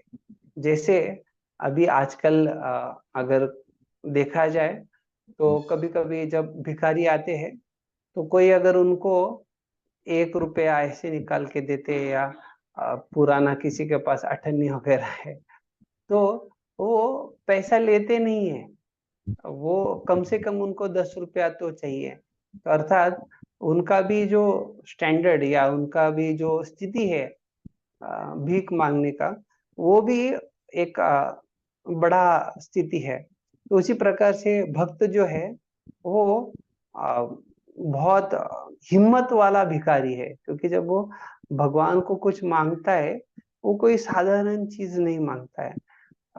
साधारण कोई भिखारी है तो ऐसा चीज मांग लेगा जो समय के साथ उसका नाश हो जाएगा, या वो जो वस्तु है वो उसको भगवान के साथ शाश्वत आनंद आदान प्रदान में मदद नहीं करेगा। ऐसे कुछ चीजों का वो मांग कर लेगा। लेकिन जो भक्त है, जितना प्रगत भक्त है उतना वो इस उच्चतम स्तर की जो भीख है उसकी मांग करता है। इसलिए भक्त जो है वो कृष्ण भक्त बड़ा चतुर, वो बड़ा चतुर होशियार है। दुर्भाग्य सारे जीव भौतिक प्रकृति के वशभूत होकर अनेक अन्य वस्तुएं मांगते हैं। तो ये जो यहाँ पे दूसरे अध्याय का 41वां श्लोक बताया गया है, व्यवसायात्मिका बुद्धि एकेह कुरु नंदन बहुशाखाय अनंताश्च बुद्धयो व्यवसायिना। तो जब बताया जा रहा है कि जो एक अर्थात एकाग्रता से या एक बुद्धि होना या विभक्त रूप से विभक्त बुद्धि होना। तो उसमें अंतर क्या है कि भक्त जो है उसका बुद्धि एक ही होता है, अर्थात उसका लक्ष्य एक ही है, उसको पता है क्या करना है, किस प्रकार से क्यों करना है, सब स्पष्टता है। लेकिन जो कोई भौतिकवादी व्यक्ति है उसकी जो सोच है, उसकी जो धारणा है, उसके कारण उसकी बुद्धि बहुशाखा या अनंताश्च, उसमें बहुत सारी शाखाएं हैं, उसके बहुत सारे अलग अलग विविध प्रकार हैं, और इसलिए वो अलग अलग भौतिक आसक्तियों में फंस जाता है। इसलिए प्रभुपाद जी जब बता रहे कि लेकिन दुनियावी बुद्धि विविध प्रकार की है, तो श्रीमद् भागवतम का ये जो श्लोक बतला रहे इसमें स्पष्टता दिया गया है, जो प्रहलाद महाराज बतलाते हैं ये श्लोक के आधार पे, कि जो लोग बहिरंगा शक्ति के क्षणिक सौंदर्य से मोहित हो जाते, वे जीवन के असली उद्देश्य को भूल जाते हैं, जो वापिस भगवत धाम जाना है। मतेर्न कृष्णे परतः स्वतो वा मिथो विपद्येत गृहव्रतानाम् आदान्त गोभिर्विशतां तमिश्रम पुनः पुनश्चर्वित चर्वणानाम। तो कहा गया है कि ऐसे जो लोग हैं जिनका मति न कृष्णे, कृष्णे सप्तमी अर्थात भगवान कृष्ण में जिनका मति नहीं लग रहा है, तो ऐसे लोगों ने क्या किया हुआ है, उनके अदांत गो भी, उनकी जो इंद्रिया है वो दांते जो नियंत्रित होती है, अदांत अर्थात उनकी इंद्रिया जो है वो अनियंत्रित है। और ऐसे लोग जो है गृहव्रता नाम, वो भौतिक जीवन को बड़े आसक्त होने के कारण वो नारकीय दिशा में उनका प्रगति चल रहा है। और ऐसे लोगों का जो रुचि है पुनः पुनः चर्वित चर्वना नाम, वो बार बार उन्हीं चीजों का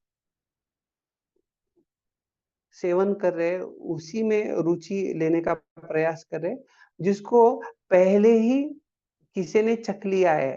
जिस प्रकार से होता है कि आप अगर गन्ने का जूस पीने के लिए जाएंगे, वहां पे आपको दिखेगा गन्ना जो है डाला जाता है मशीन के अंदर, फिर उसको निकालते हैं। कुछ कुछ जगह हाथ से काम होता है, तो उसको एक बार निकालने वापिस उसको घुमा के वापिस दूसरी बार डालते हैं, फिर वापिस निकाल के तीसरी बार डाला जाता है। ऐसे कुछ प्रकार से उसको पुनः पुनः उसमें से जो रस है उसको निकाला जाता है, और फिर देखा जाता है उसके बाद हो सकता है गाय वगैरह कोई आके उसको चबाते, उसमें से उस रस को पान करना चाहता है, वो थोड़ा बहुत जो मिलता है। उसके बाद सुअर आके उसका आस्वादन उसको खाता है। तो ऐसे अलग अलग प्रकार से अलग अलग जीव जो है, जो पहले ही जिसका रस निकाला गया उसमें से और रस प्राप्त करने का प्रयास करते। और कोई व्यक्ति अगर ऐसी अवस्था में अलग अलग प्रयास हो गए, उसमें जो है रस निकाल दिया गया है, तो अभी वो उस रस को प्राप्त करने का प्रयास करते हैं, तो वो उसका यहाँ पे निंदा किया गया है। बल्कि जो भगवान के संबंध में रस है वो नित्यम नव नवायमान, अर्थात वहां पे ऐसे कुछ घटित नहीं होता है। अर्थात आध्यात्मिक जगत में अगर भगवान की सेवा में रसगुल्ला है तो भगवान ने स्वीकार कर लिया, उसके बाद भी वापिस वो उसी प्रकार से विद्यमान रहता है। तो अर्थात वहां पे ये पुनः पुनः चर्वित चर्वना नाम ऐसा नहीं है। वहां पे जो है वो सब कुछ दिव्य है और शाश्वत रूप से उस दिव्य रस में आदान प्रदान होता है। लेकिन यहाँ पे जो है रस बचा भी नहीं है, फिर भी वो उसको वापस उसका चर्वन करना चाहते हैं। और ऐसे लोग जो है इनका भगवान में मति नहीं लगता है, उनका रुचि, उनको इच्छा नहीं होती है। एक तो कोई अपने खुद के प्रयास से स्वतो अपरतो वा, या दूसरों के अच्छे उपदेशों के द्वारा भी वो इसको स्वीकार नहीं कर पाते हैं। या हो सकता है दोनों दूसरों के उपदेश भी है, खुद का जो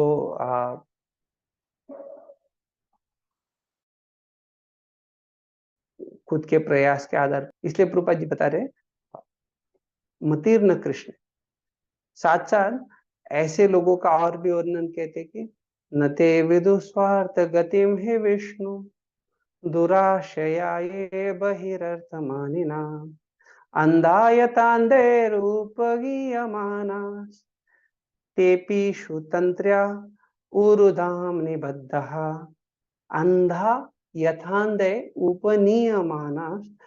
अर्थात एक व्यक्ति जो है एक अंधे नेता को, और वो किस प्रकार से है, उनको अपनी जो स्वार्थ गति अर्थात जो सही हमारे लिए क्या लक्ष्य है, सही गंतव्य स्थान क्या है, निश्चित रूप से भगवान के चरण कमल भगवान विष्णु है, वो समझ नहीं पाते हैं और किस में रुचि रखते हैं, दुराशय बहिरर्थ मानिना, अर्थात भगवान की बहिरंगा शक्ति से प्रभावित होके वो बाहरी चीजों को ही अर्थपूर्ण समझते हैं।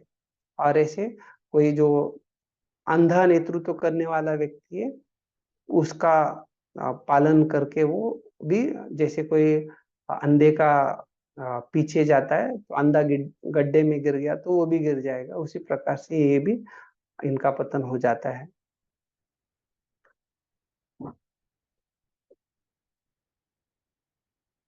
वे जीवन के असली उद्देश्य को भूल जाते हैं जो कि भगवत धाम वापस जाना होता है। तो अभी भगवान कितने कृपालु ये बताया जा रहा है कि ऐसे जो भुलक्कड़ जीव को बिना किसी अवरोध के इसी तरह आगे चलने देते हैं। अतः ईशोपनिषद का यह मंत्र अत्यंत उचित शब्द यथा तथ्यतः का उपयोग करता है, जिससे यह सूचित होता है कि भगवान जीवों को उनकी इच्छाओं के अनुसार पुरस्कृत करते हैं। अभी यहाँ पे उनकी इच्छाओं के अनुसार पुरस्कृत के बारे में बता रहे हैं, कैसे अगर वो किस स्थिति में खुद को रखना चाहता है तो भगवान उसको जबरदस्ती नहीं कर रहे। अगर वो उसकी अपनी इच्छा है कि मुझे नरकगामी बनना है तो उसके लिए उसका भी सुविधा है। कोई वैकुंठगामी भगवत धाम जाना चाहता है तो उसका भी सुविधा किया गया है। तो भगवान जो है एक जीवात्मा को उसकी इच्छा के अनुसार और उसके जो कर्म है उसके अनुसार उसको इच्छा पूर्ति के लिए मदद करते हैं।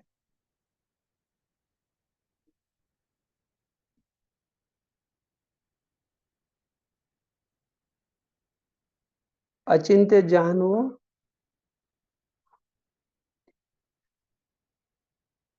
अरुण सिन्हा। हरे कृष्णा प्रभु जी। हाँ, पढ़ेंगे क्या? जी।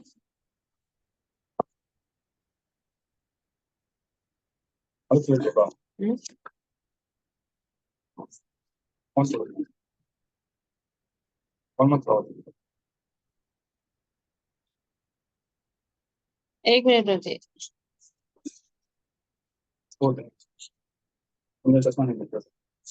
प्रभु जी ना मैंने चश्मा नहीं ले पाई हूँ। ओके, ठीक है, कुछ प्रॉब्लम नहीं।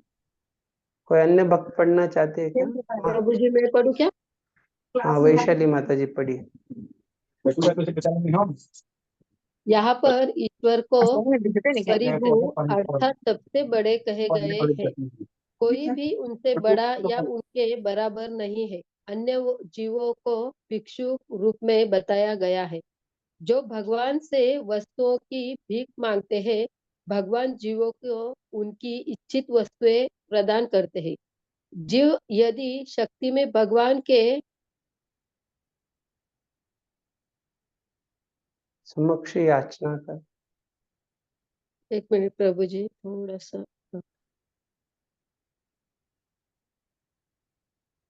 समक्ष याचना करने का, यहाँ तक कि तथाकथित मुक्ति मांगने का भी प्रश्न न उठेगा। वास्तविक मुक्ति का अर्थ है भगवत धाम को वापस जाना। निर्विशेषवादी द्वारा परिकल्पित मुक्ति मात्र कल्पना है और इंद्रिय तृप्ति के लिए याचना तो तभी तक चलती रहेगी जब तक याचक को अपनी आध्यात्मिक तथा वैधानिक स्थिति में अनुभूति न हो जाएगी। केवल ठीक है, परमेश्वर बस यहाँ तक ही मैं, धन्यवाद। हरि तो यहाँ पे कहा गया है कि यहाँ पर ईश्वर को परिभू अर्थात सबसे बड़े कहे गए हैं और कोई भी उनसे बड़ा या उनके बराबर नहीं है। तो इसलिए भगवान का एक नाम है असमोर्ध्व। सम अर्थात जो उनके समान या ऊर्ध्व अर्थात उनसे बढ़कर। तो कोई भी भगवान के समान नहीं है या बढ़कर नहीं है। मत्त परतरम नान्यत् किंचित् अस्ति धनंजय। और भगवान भी भगवत गीता में समझाते हैं कि उनसे बढ़कर कोई नहीं है। अन्य जीवों को भिक्षुक रूप में बताया गया है जो भगवान से वस्तुओं की भीख मांगते हैं। तो अभी यहाँ पे जब इतना स्पष्टता से बताया गया है कि भीख मांगते, तो निश्चित रूप से ये सत्य है। हम भी हमारे वैयक्तिक जीवन में सोच सकते हैं कि अलग अलग प्रकार से हमारी बहुत सारी इच्छाएं होती है। कम से कम इतना तो हो जाए भगवान, अभी 1 BHK 2 BHK हो जाए, 3 BHK, ये ऐसे कुछ व्यक्ति इच्छा करता है। कोई दूसरा व्यक्ति अन्य इच्छा करता है, वो बोलता है कि 1 महल है और 2 महल बन जाए। कोई एक गांव का सरपंच है, वो बोलता है मुझे नगर सेवक बना दो। कोई अलग अलग प्रकार से व्यक्ति जो है बस भगवान के पास भीख मांगते रहता है। निश्चित रूप से भीख मांगता है, अंदर से इच्छा करता है और प्रयास करता है, लेकिन जब उसको भगवान की कृपा से प्राप्त हो जाता है तब वो कहता है, देखा मैं कितना महान हूं, मैंने अपने बलबूते पे ये हासिल करके दिखाया। तो अर्थात भीख तो मांगता है, भीख मंगा है, लेकिन फिर भी उसमें उस प्रकार की कृतज्ञता नहीं है। तो जो भीख मंगा है और जिसमें ये कृतज्ञता का स्तर बढ़ते जाता है, तो सबसे उच्चतम जो स्तर होता है वो भक्त का होता है, जिसमें वो जो भीख भी मांग रहा है वो भगवान को ही प्रसन्न करने के लिए मांग रहा है। अर्थात उसको उसका अपना कुछ संतुष्टि नहीं है, उसको बस भगवान को ही प्रसन्न करना है। अर्थात उसके भीख मांगने का भी लक्ष्य जो है वो भगवान को ही देना है, भगवान को ही प्रसन्न करना है। तो इसलिए भीख मंगों की ये श्रेणी में सबसे आदर्श भीख मंगा जो है वो भक्त ही है। और जितना व्यक्ति ये संसार में, भौतिक संसार में बड़ा देखा जाता है, वो भीख मंगों की श्रेणी में भी वो सबसे नीचे है। क्यों? क्योंकि उसकी जो इच्छाएं हैं वो केवल स्वार्थ से प्रेरित है, और वो स्वार्थ भी उसको पता नहीं कि वो आत्मा के लिए लाभदायक है, उसका स्वार्थ शरीर के स्तर पे ही है। जैसे अभी हमने श्लोक देखा प्रहलाद महाराज का, वो स्पष्टता देता है कि नते विदु स्वार्थ गति में विष्णु दुरा। तो निश्चित रूप से वो स्वार्थ भी होना चाहिए जिससे कि व्यक्ति भगवान तक पहुंच पाए, भगवान के चरण कमलों का आश्रय ले पाए। तो ये देखा जाता है, वैसा भौतिकवादी लोगों के बारे में पाया नहीं जाता है, इसलिए वो निम्नतम श्रेणी वाले हैं।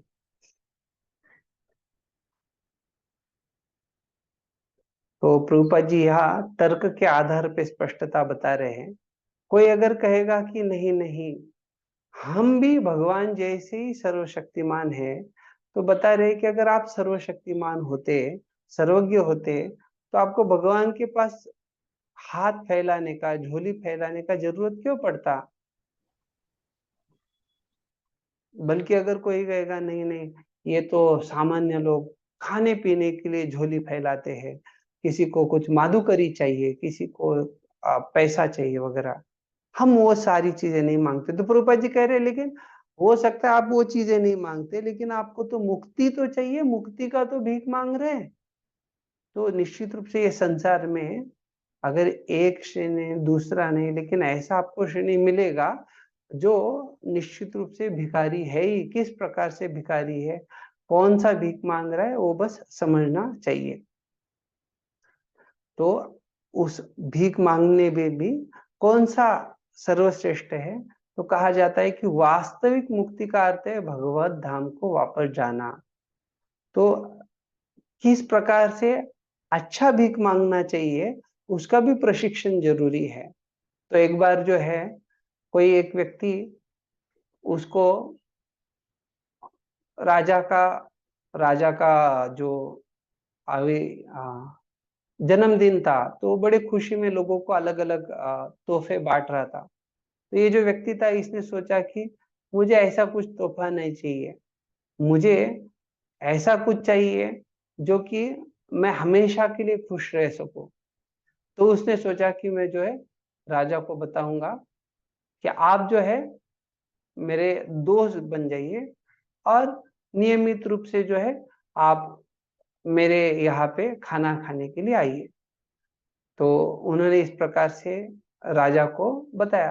तो जैसे ही राजा ने उसका दोस्ती स्वीकार किया, उसने तो कुछ लिया नहीं, ना उसने पैसा लिया, कुछ भी नहीं लिया, लेकिन केवल राजा से दोस्ती होने के कारण जब राजा उसके घर पे आने वाले थे, तो मंत्री लोगों ने देखा, अरे इसका घर जो है, इसके पास ये नहीं वो नहीं, रास्ता खराब है।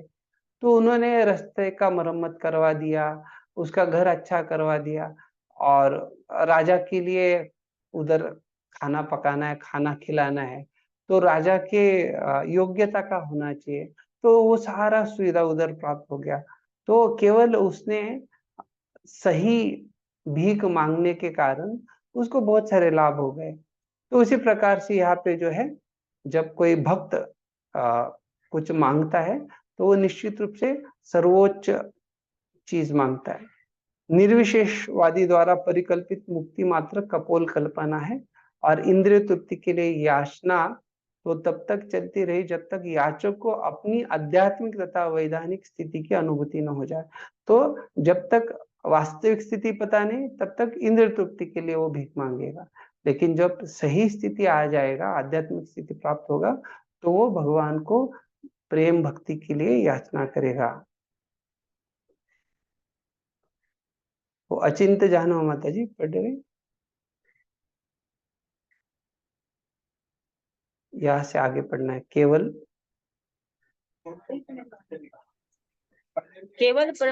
परमेश्वर की आत्मनिर्भर है, केवल परमेश्वर आत्मनिर्भर है। 5000 वर्ष पूर्व जब भगवान कृष्ण इस पृथ्वी पर प्रकट हुए, तो उन्होंने अपने विभिन्न कार्यकलापों द्वारा भगवान की पूर्ण अभिव्यक्ति प्रदर्शित की। अपनी बाल्यावस्था में उन्होंने अघासुर, बकासुर तथा सटकासुर जैसे अनेक शक्तिशाली असुरों का वध किया, और किसी बाहरी प्रयास से उनमें इतनी शक्ति आ जाने का प्रश्न ही नहीं उठता। उन्होंने भारोत्तोलन का कोई अभ्यास किए बिना ही गोवर्धन पर्वत उठा लिया। उन्होंने किसी सामाजिक बंधन तथा निंदा का विचार किए बिना गोपियों के साथ रास रचाई।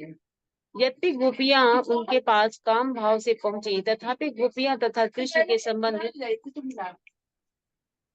पूजा की चैतन्य महाप्रभु तक ने की, जो कठोर सन्यासी थे तथा अनुशासन के नियमों के कट्टर पालक थे। ईशोपनिषद में भी इस बात की पुष्टि करने के लिए भगवान सदैव शुद्ध और अदूषित हैं, उन्हें शुद्धम अर्थात शुद्ध तथा अपाप विद्धम अर्थात पापों से मुक्त करने वाला कहकर वर्णित किया गया।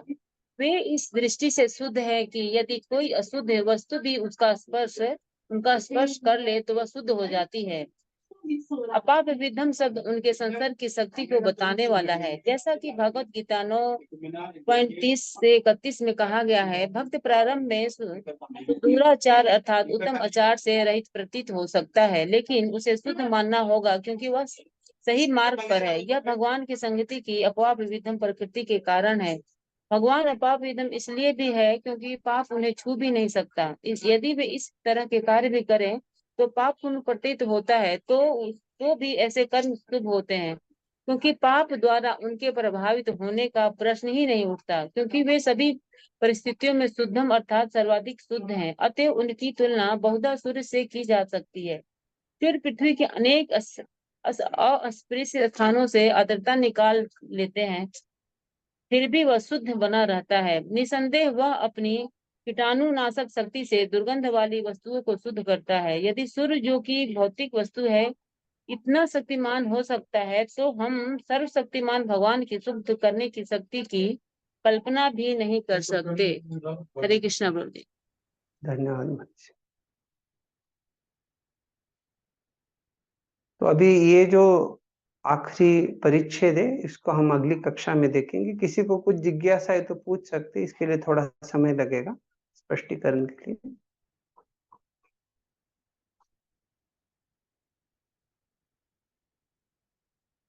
आज की कक्षा के आधार पर किसी को कुछ सवाल पूछना है?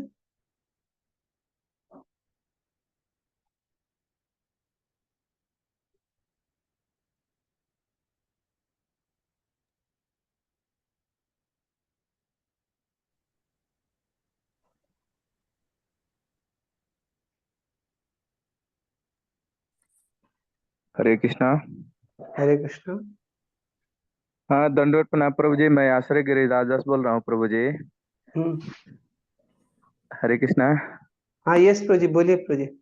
हाँ प्रभु जी, कैसा है, मुझे क्षमा करेंगे क्योंकि प्रभु जी हमारे सेंटर से सभी भक्त दिंडी के लिए सभी चले गए हैं। तो अभी कैसा है कि प्रभु जी सुबह मतलब दोपहर का राजभोग लगाना, उसके बाद में आरती वगैरह करना, और ये सब पूरा हमारे ऊपर में जिम्मेदारी आ गया है। इसीलिए मैं पूरा मतलब वीडियो तो हमारा चालू रहता है, लेकिन हम पूरा मतलब बैठ करके नहीं कर पा रहे हैं। तो इसीलिए आपसे क्षमा चाहता हूँ, क्योंकि 12:30 बजे राजभोग लगाना, उसके बाद में फिर आरती करना, और उसके बाद में बाकी के जो है यहाँ का अरेंजमेंट करना, वो पूरा सेंटर का जवाबदारी मेरे ऊपर ही है प्रभु जी। तो ये अभी मतलब 22-23 तारीख तक ये सब चलेगा। तो इसीलिए मैं आपसे क्षमा चाहता हूँ कि मैं पूरा नहीं कर पा रहा हूँ। सुनता तो चलेगा, हूँ कुछ वीडियो। समस्या नहीं प्रभु जी। आप जो है आपकी तरफ से अच्छा प्रयास कीजिए, हाँ, तो बाद में मुझे, रिकॉर्डिंग भी सुन सकते हैं आप, ठीक है? हाँ, रिकॉर्डिंग सुनते हैं और बाद में हम बुक लेकर के आते हैं, तो ये सेंटर पे बैठे बैठे शाम को जब मौका मिलता है उसमें वो फिर वो पढ़ते हैं यस इसका। प्रभु जी। अलंकार तो मुझे तो हाथ ऊपर किया आपने। हरे कृष्ण प्रभु। क्या यस प्रभु। ये मोक्ष की कामना भी एक इंद्रिय तृप्ति में आती है? हाँ सही है, बराबर है। ओके। तो मतलब बहुत से भक्तों का यही रहता है ना कि जन्म मृत्यु के चक्कर से छूटना है, इसलिए भक्ति करते हैं। तो नहीं, भक्तों के लिए जो है दो चीजें नॉर्मल भक्तों के महत्वपूर्ण है, न धनम न जनम न सुंदरी सुंदरी। कविताम वा जगदीश काम है मम जन्मनि जन्मनीश्वरे भवतात भक्ति अहेतुकी त्वयि। तो क्या नहीं चाहिए और क्या चाहिए, दोनों का स्पष्टता दिया गया है। हमें ये भौतिक संसार का कुछ नहीं चाहिए, ना धन चाहिए, ना लोग अनुयायी चाहिए, ना सुंदरी, किसी को पुरुष को स्त्री या स्त्री को पुरुष, वो सब नहीं चाहिए। वो तो सारा शारीरिक स्तर पे ही है। ना हमें कुछ नियंत्रक बनने का है, बड़ा कुछ बनने का अभिलाषा है। हमें तो केवल क्या चाहिए, भगवान का मम जन्मनि जन्मनि, एक एक जन्म जन्म के बाद जो है हमें केवल भगवान की सेवा करने का इच्छा है, ना कि मुक्ति का भी अभिलाषा है। इसलिए हमने पहले जो कक्षाओं में चर्चा किया था, तो जो कपिल मुनि जो है वो अपनी माँ देवहूति को जब बताते हैं कि मेरे भक्त जो है विना मत सेवनम जनहा, उनको केवल क्या चाहिए, उनको बस ये मुक्ति भी नहीं चाहिए, उनको केवल मेरी सेवा का ही इच्छा है। तो वो स्पष्टता है। ठीक है प्रभु जी। ओके। थैंक यू प्रभु। श्यामल कांति माता जी, आपका कुछ यस सवाल प्रभु है? जी। यस हाँ प्रभु बोलिए जी। मैम। प्रभु जी, मैं बोल रही थी, आप बोल रहे थे ना कि भीख मांगो, मतलब जैसे कि भीख मांगने में सबसे श्रेष्ठ भगवान के भक्त होते हैं। वो मुझे ये डाउट था कि भक्त मांग सकते हैं या फिर जस्ट भगवान की कृपा पे डिपेंडेंट रहे है। मतलब कुछ इच्छा हो तो किसी और से बोलने के बजाय देवी देवताओं से अगर हम भगवान से बोले तो इसमें कुछ गलत है या नहीं? या नहीं, वो ठीक? तो बहुत आदर्श है, वही करना चाहिए। हमने उसका तो चर्चा किया था पहले, अकाम सर्व काम हुआ मोक्ष काम उदारती, तीव्रेण भक्ति योगेन यजेत पुरुष परम। तो निश्चित रूप से अगर किसी का मुक्ति का इच्छा है या किसी का बाकी अन्य सारी स्वर्ग प्राप्ति अलग अलग इच्छाएं, या किसी को भगवान की भक्ति में रुचि है, उसको बाकी अन्य सारा ना मुक्ति चाहिए ना भोग चाहिए, कोई भी इच्छा नहीं, ये सारे लोगों के लिए क्या है, उनको भगवान का भक्ति करना चाहिए। यजेत पुरुष परम। तो निश्चित रूप से भगवान के पास जाना ही उत्तम है, क्योंकि बाकी अन्य देवी देवता वो तो शाश्वत भी नहीं है। तो इसलिए जो परम पुरुष शाश्वत पुरुष है उसका आश्रय लेना ये हमेशा उत्तम है।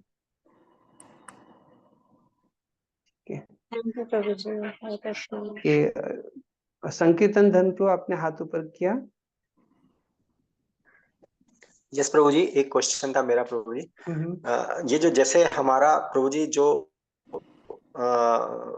स्थिति होनी चाहिए वो दास की है, तो अब प्रभु जी दास का क्या कुछ अधिकार बनता है कि कुछ अपने मतलब मालिक से कुछ मांगे, कुछ डिमांड करे? देखा जाए तो दास का बहुत बड़ा अधिकार बनता है। जो सारी सेवाओं में वो मालिक की संतुष्टि कर सकता है, उसके लिए जो भी सब जरूरत है सब मांगना चाहिए। तो हम देख सकते हैं कि हनुमान जी ने भगवान रामचंद्र का सेवा किया, तो जो सारा जरूरत था निश्चित रूप से उनको वो भगवान ने वैसा व्यवस्था करके सब प्रदान ही किया था। लेकिन हम देखते हैं कि जैसे उनको उसका स्मरण करा दिया गया, उन्होंने सारे शक्तियों को भगवान की सेवा में लगाया। बल्कि हो सकता है उनको कुछ छोटा सेवा दिया गया था, लेकिन वो सेवा के साथ बाकी भी अन्य सेवा करके वो आ गए। और ऐसे बहुत सारे जो उदाहरण हम देखते हैं कि भक्त लोग जो है निश्चित रूप से भगवान को जो उनको सेवा में लगाना है सब कुछ मांग सकते हैं। ऐसा नहीं कि वो खुद के लिए कुछ मांग रहे। जैसे प्रभुपाद जी को एक बार एक वर्तमान पत्र दिखा के बताया गया कि कोई एक साधु है, वो बता रहे कि हाँ हम किसी भी प्रकार से पैसे को स्पर्श भी नहीं करते, इतने हम विरक्त है। तो प्रभुपाद जी ने बोला आप जो है अगर कोई पैसा देना चाहते तो कितना भी सारा पैसा लेके आओ और मैं ऐसे उसको गले लगाऊंगा, उसका आप तस्वीर लेके ये वर्तमान पत्र में भेज सकते हैं। क्या कि हम संसार का सारा जो धन संपदा है वो भगवान की सेवा में लगा सकते हैं। तो निश्चित रूप से शुद्ध भक्त का भाव ये होता है कि सब कुछ भगवान की सेवा में लगाना है। और जो हम भक्ति का परिभाषा भी जानते हैं, ऋषिकेन ऋषिकेश सेवनम भक्ति रुच्यते, अर्थात हमें जो है हमारी इंद्रियों के द्वारा भगवान की इंद्रियों की संतुष्टि करनी है। तो हमारी इंद्रियों को हमें इस प्रकार से सेवा में संलग्न करना है जो कि हम भगवान को संतुष्ट कर पाए। तो भक्त लोग जब भगवान के लिए कुछ बनाते हैं तो उसमें अलग अलग मेवा हो सकता है, सूखा मेवा, काजू बादाम, ये बहुत सारा। लेकिन भक्त खुद के लिए कुछ है तो वो बहुत, जैसे हम देखते रघुनाथ दास गोस्वामी अन्य अन्य लोग हैं, बहुत थोड़ा सा जो जरूरत है वो स्वीकार करते हैं शरीर और आत्मा को साथ रखने के लिए। तो महत्वपूर्ण विषय ये है कि भगवान के लिए सबसे अच्छा सब कुछ अर्पण करने का और उसके लिए पूरा प्रयास करने का, और जो खुद के लिए जो है वो जितना कम से कम हो उतना करने का। स्पष्ट हो गया आपको प्रभु जी? जी प्रभु जी, धन्यवाद प्रभु जी। हरे कृष्ण। विश्वम्बर चैतन्य प्रभु जी। प्रभु जी हरे कृष्ण प्रणाम। हरे कृष्ण प्रभु जी, जो आपने काया का क्या आप बताते, उसका क्या मतलब होता है? ये पूछ दे ना। काया शब्द का मतलब पूछ रहे? हाँ, वो 4 प्रकार के बताए थे ना आपने। हाँ, तो वो 4 मतलब चाहिए या ये काया शब्द का अर्थ चाहिए? हाँ, आपने 4 बताया था। काया का अर्थ ही शरीर होता है। हाँ, और 4 प्रकार के कुछ आपने बताया था। हाँ, वो जो हमने चर्चा किया था, पहला तो ये था कि जो आत्मा से भिन्न है, अर्थात जो हम ये शरीर है आपको क्या लगता है, हम शरीर और आत्मा एक है या अलग अलग है? नहीं, शरीर और आत्मा अलग अलग है। हाँ, तो पहला अर्थ हमने देखा था कि काया मतलब जो आत्मा से अलग है, भिन्न है, वो पहला अर्थ हमने देखा। दूसरा अच्छा, अर्थ दूसरा? का हमने चर्चा किया था, किस प्रकार से आत्मा को जो है ये काया अपने पिछले कर्मों के द्वारा प्राप्त होती है, अर्थात उसका जो पहला जो भी है यम यम वापि स्मरण भावन और उसका कर्मणा दैव नेत्र, उसके अनुसार उसको शरीर प्राप्त होता है। तो दूसरा, तीसरा? और तीसरा जो है काया का अर्थ होता है जो आत्मा को देना है। तो आत्मा को जो भी अलग अलग प्रकार से हम देखते हैं, तो देने का जो है ये काया के द्वारा होता है, समझे? और ठीक। चौथा जो है जो पतन करवाता है, गिराता है नीचे। हरि बोल। हाँ बोलिए। एक क्वेश्चन और है कि हाँ। ये जो आपने क्वेश्चन आंसर दे रखा है आपने, हरि बोल, वो तीसरा नंबर मुझे समझ में आ रहा है। इसने दिया है श्री ईशोपनिषद के श्लोकों, तात्पर्य, उपमाओं और श्री प्रभुपाद के ईशोपनिषद प्रवचनों में समसूचित प्रमाण देकर अपने शब्दों में भगवान के व्यक्तिगत स्वरूपों को स्थापित कीजिए। ये नहीं समझ में आ रहा। श्लोक तात्पर्य कितना श्लोक है, कितने कितने का श्लोक का लिखना पड़ेगा इसमें? नहीं, ये तो पूरा श्री ईशोपनिषद का, आप तीसरे प्रश्न का बात कर रहे हैं ना? कौन से प्रश्न के बारे में पूछे? हाँ, तीसरा प्रश्न। हाँ, तो वो तो वहां पे सारा ईशोपनिषद ही बताया गया है आपको। नहीं, सारे ईशोपनिषद का श्लोक लिखना पड़ेगा। सारे ईशोपनिषद का प्रश्न 3 ये पूछ रहे आप, श्री ईशोपनिषद छंदों, तात्पर्य, उपमाओं और प्रभुपाद के श्री ईशोपनिषद व्याख्यानों से उचित प्रमाण के साथ अपने शब्दों में भगवान के व्यक्तिगत रूप को स्थापित करें, इसके बारे में पूछ रहे आप? हाँ। तीसरा सवाल ना? हाँ, तीसरा क्वेश्चन। तो उसमें स्पष्टता है प्रभु जी की, पूरा श्री ईशोपनिषद में आपको जहां जहां भगवान के व्यक्तिगत रूप को स्थापित करने के लिए ये सारी चीजें प्राप्त होंगी, छंद प्राप्त होंगे, तात्पर्य, उपमाएं और प्रभुपाद जी के प्रवचन जो है, तो उसके आधार पे लिखना है। श्लोक पे श्लोक कितना लिखना पड़ेगा इसमें? श्लोक मल्ली श्लोक दे रखा है, श्लोक, तात्पर्य, उपमा नहीं, पूरा श्री ईशोपनिषद के आधार पे आपको जो जो श्लोक आपको समझ में आ रहा है कि जो भगवान के व्यक्तिगत रूप को स्थापित करते हैं। अच्छा, जैसे अच्छा। आज का जो श्लोक हमने चर्चा किया, क्या आपको लगता है कि ये श्लोक भगवान के व्यक्तिगत रूप को स्थापित करता है? अच्छा। नहीं करता है। हरी हरी बोल। हाँ, भगवान के लिए सब नहीं करता है, नहीं करता है, करता है। ठीक है। तो आपको ऐसे जो जो लगता है वो सारा उसमें लिखना है, लेकिन जब आपको लिखना है, आपको कुछ शब्दों की मर्यादा है, तो आपको लिखते समय उचित सटीक शब्दों में, अर्थात जितना जरूरी है उतना महत्वपूर्ण लिखना है, और उसका जो संदर्भ आप देंगे उसको भी आप वो संदर्भ बढ़ा नहीं देना है, आपका जो स्पष्टता है उसको ज्यादा लिखना है। नहीं तो आप अगर वो श्लोक का अनुवाद लिखेंगे पूरा, वो सब करेंगे, तो हो सकता है कि उसमें पूरा शब्दों की मर्यादा हो जाएगी। तो आपने किया क्या, आपने तो बस इधर से उठा के उधर डाल दिया, तो वैसे नहीं करना है। ठीक है। ठीक है, श्याम कांति माता जी क्या पूछना चाह रहे हैं? यस रोजिन, मैं ये पूछ रही थी कि यू आर ट्राइंग, आप यही कहना चाहते हैं कि अगर हम अपनी समझ को ज्यादा लिखें with the help of the shlokas, मतलब कोटेड, तो वो ज्यादा बेहतर रहेगा, ऐसे आप बोल रहे हैं ना? मतलब हाँ, हमने क्या समझा वहां से? हाँ, आपका समझ मतलब ईशोपनिषद के आधार पे ही वो समझ होना चाहिए। हाँ, तो examples should be from the book only, या फिर जैसे कि आपने ये प्रभुपाद जी के प्रवचन में बहुत सारे उदाहरण है, यहाँ पे आप तात्पर्य पढ़ेंगे, आपको तात्पर्य में बहुत सारे उदाहरण मिलेंगे, बहुत सारे उपमाएं मिलेंगे, तो बड़े मात्रा में आपने एक एग्जाम्पल दिया कि जैसे कि कुछ रूल्स होते हैं पुलिस बनाते हैं तो वो उनके ऊपर लागू नहीं होता, बराबर। तो उस समय मुझे ये एग्जाम्पल आया ध्यान में कि जैसे प्रिंसिपल कुछ रूल्स बनाती है ना कि बच्चे बाहर नहीं दिखने चाहिए during the class, but principal can move around क्योंकि उनके ऊपर ये लागू नहीं होता। हाँ सही है, ऐसे अगर बराबर कुछ बताया। रूल्स आए तो हम लिख सकते हैं उसको उसमें। हाँ, वो लिखने में कुछ समस्या नहीं है।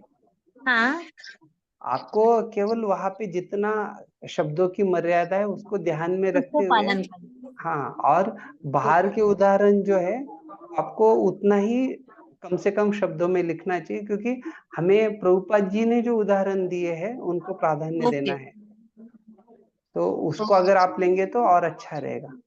ठीक है। Yes yes, thank. धन्यवाद। प्रियंका माता जी क्या बोलना चाह रहे हैं आप? हाँ, हरे कृष्णा प्रभु जी, दंडवत प्रणाम।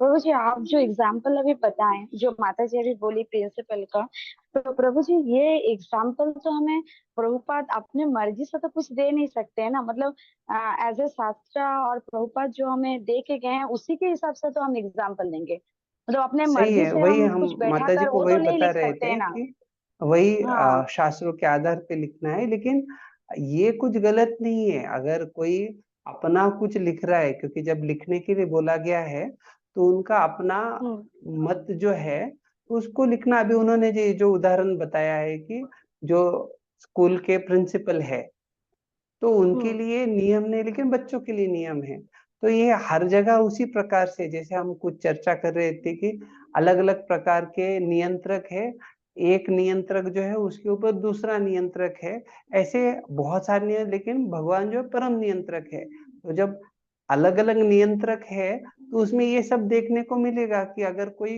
बाकी लोगों के ऊपर नियंत्रण कर रहा है तो वो नियंत्रक होने के कारण उसको नीचे वाले नियम नहीं लगते, लेकिन उसके ऊपर जो नियंत्रक है उसका नियम तो उसको लगता है ना। यस ये प्रभु हमें जी। स्पष्टता होना चाहिए।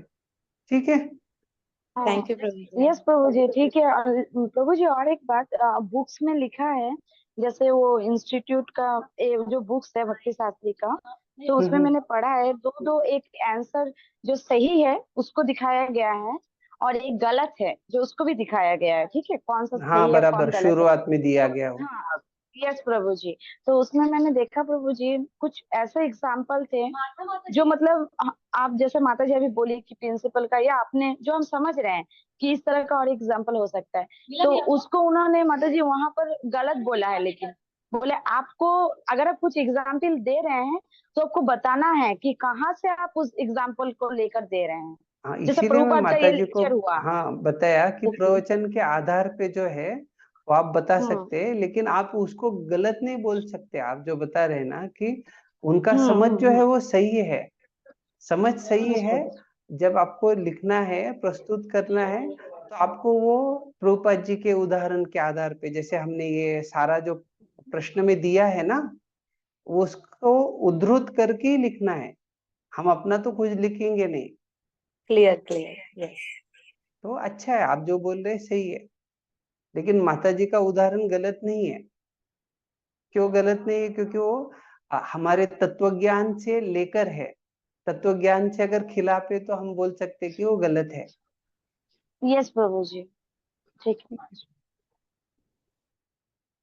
तो अभी किसी का जिज्ञासा नहीं है तो अभी हम यहाँ पे विराम देंगे। अगला कक्षा में ये जो है ये पूरा करके हम 9वां जो श्लोक है, मंत्र है, उसको चर्चा करेंगे। ठीक है, तो अभी यहाँ पे रुक जाए हम। और कुछ अनाउंसमेंट करना है कल का वगैरह कुछ? नहीं, कल तो क्लास है प्रभु जी। ठीक है, बहुत बहुत धन्यवाद। श्रील प्रभुपाद की जय, जय श्री उपनिषद की जय, निताय गौर प्रेमानंदे, हरि हरि बोल।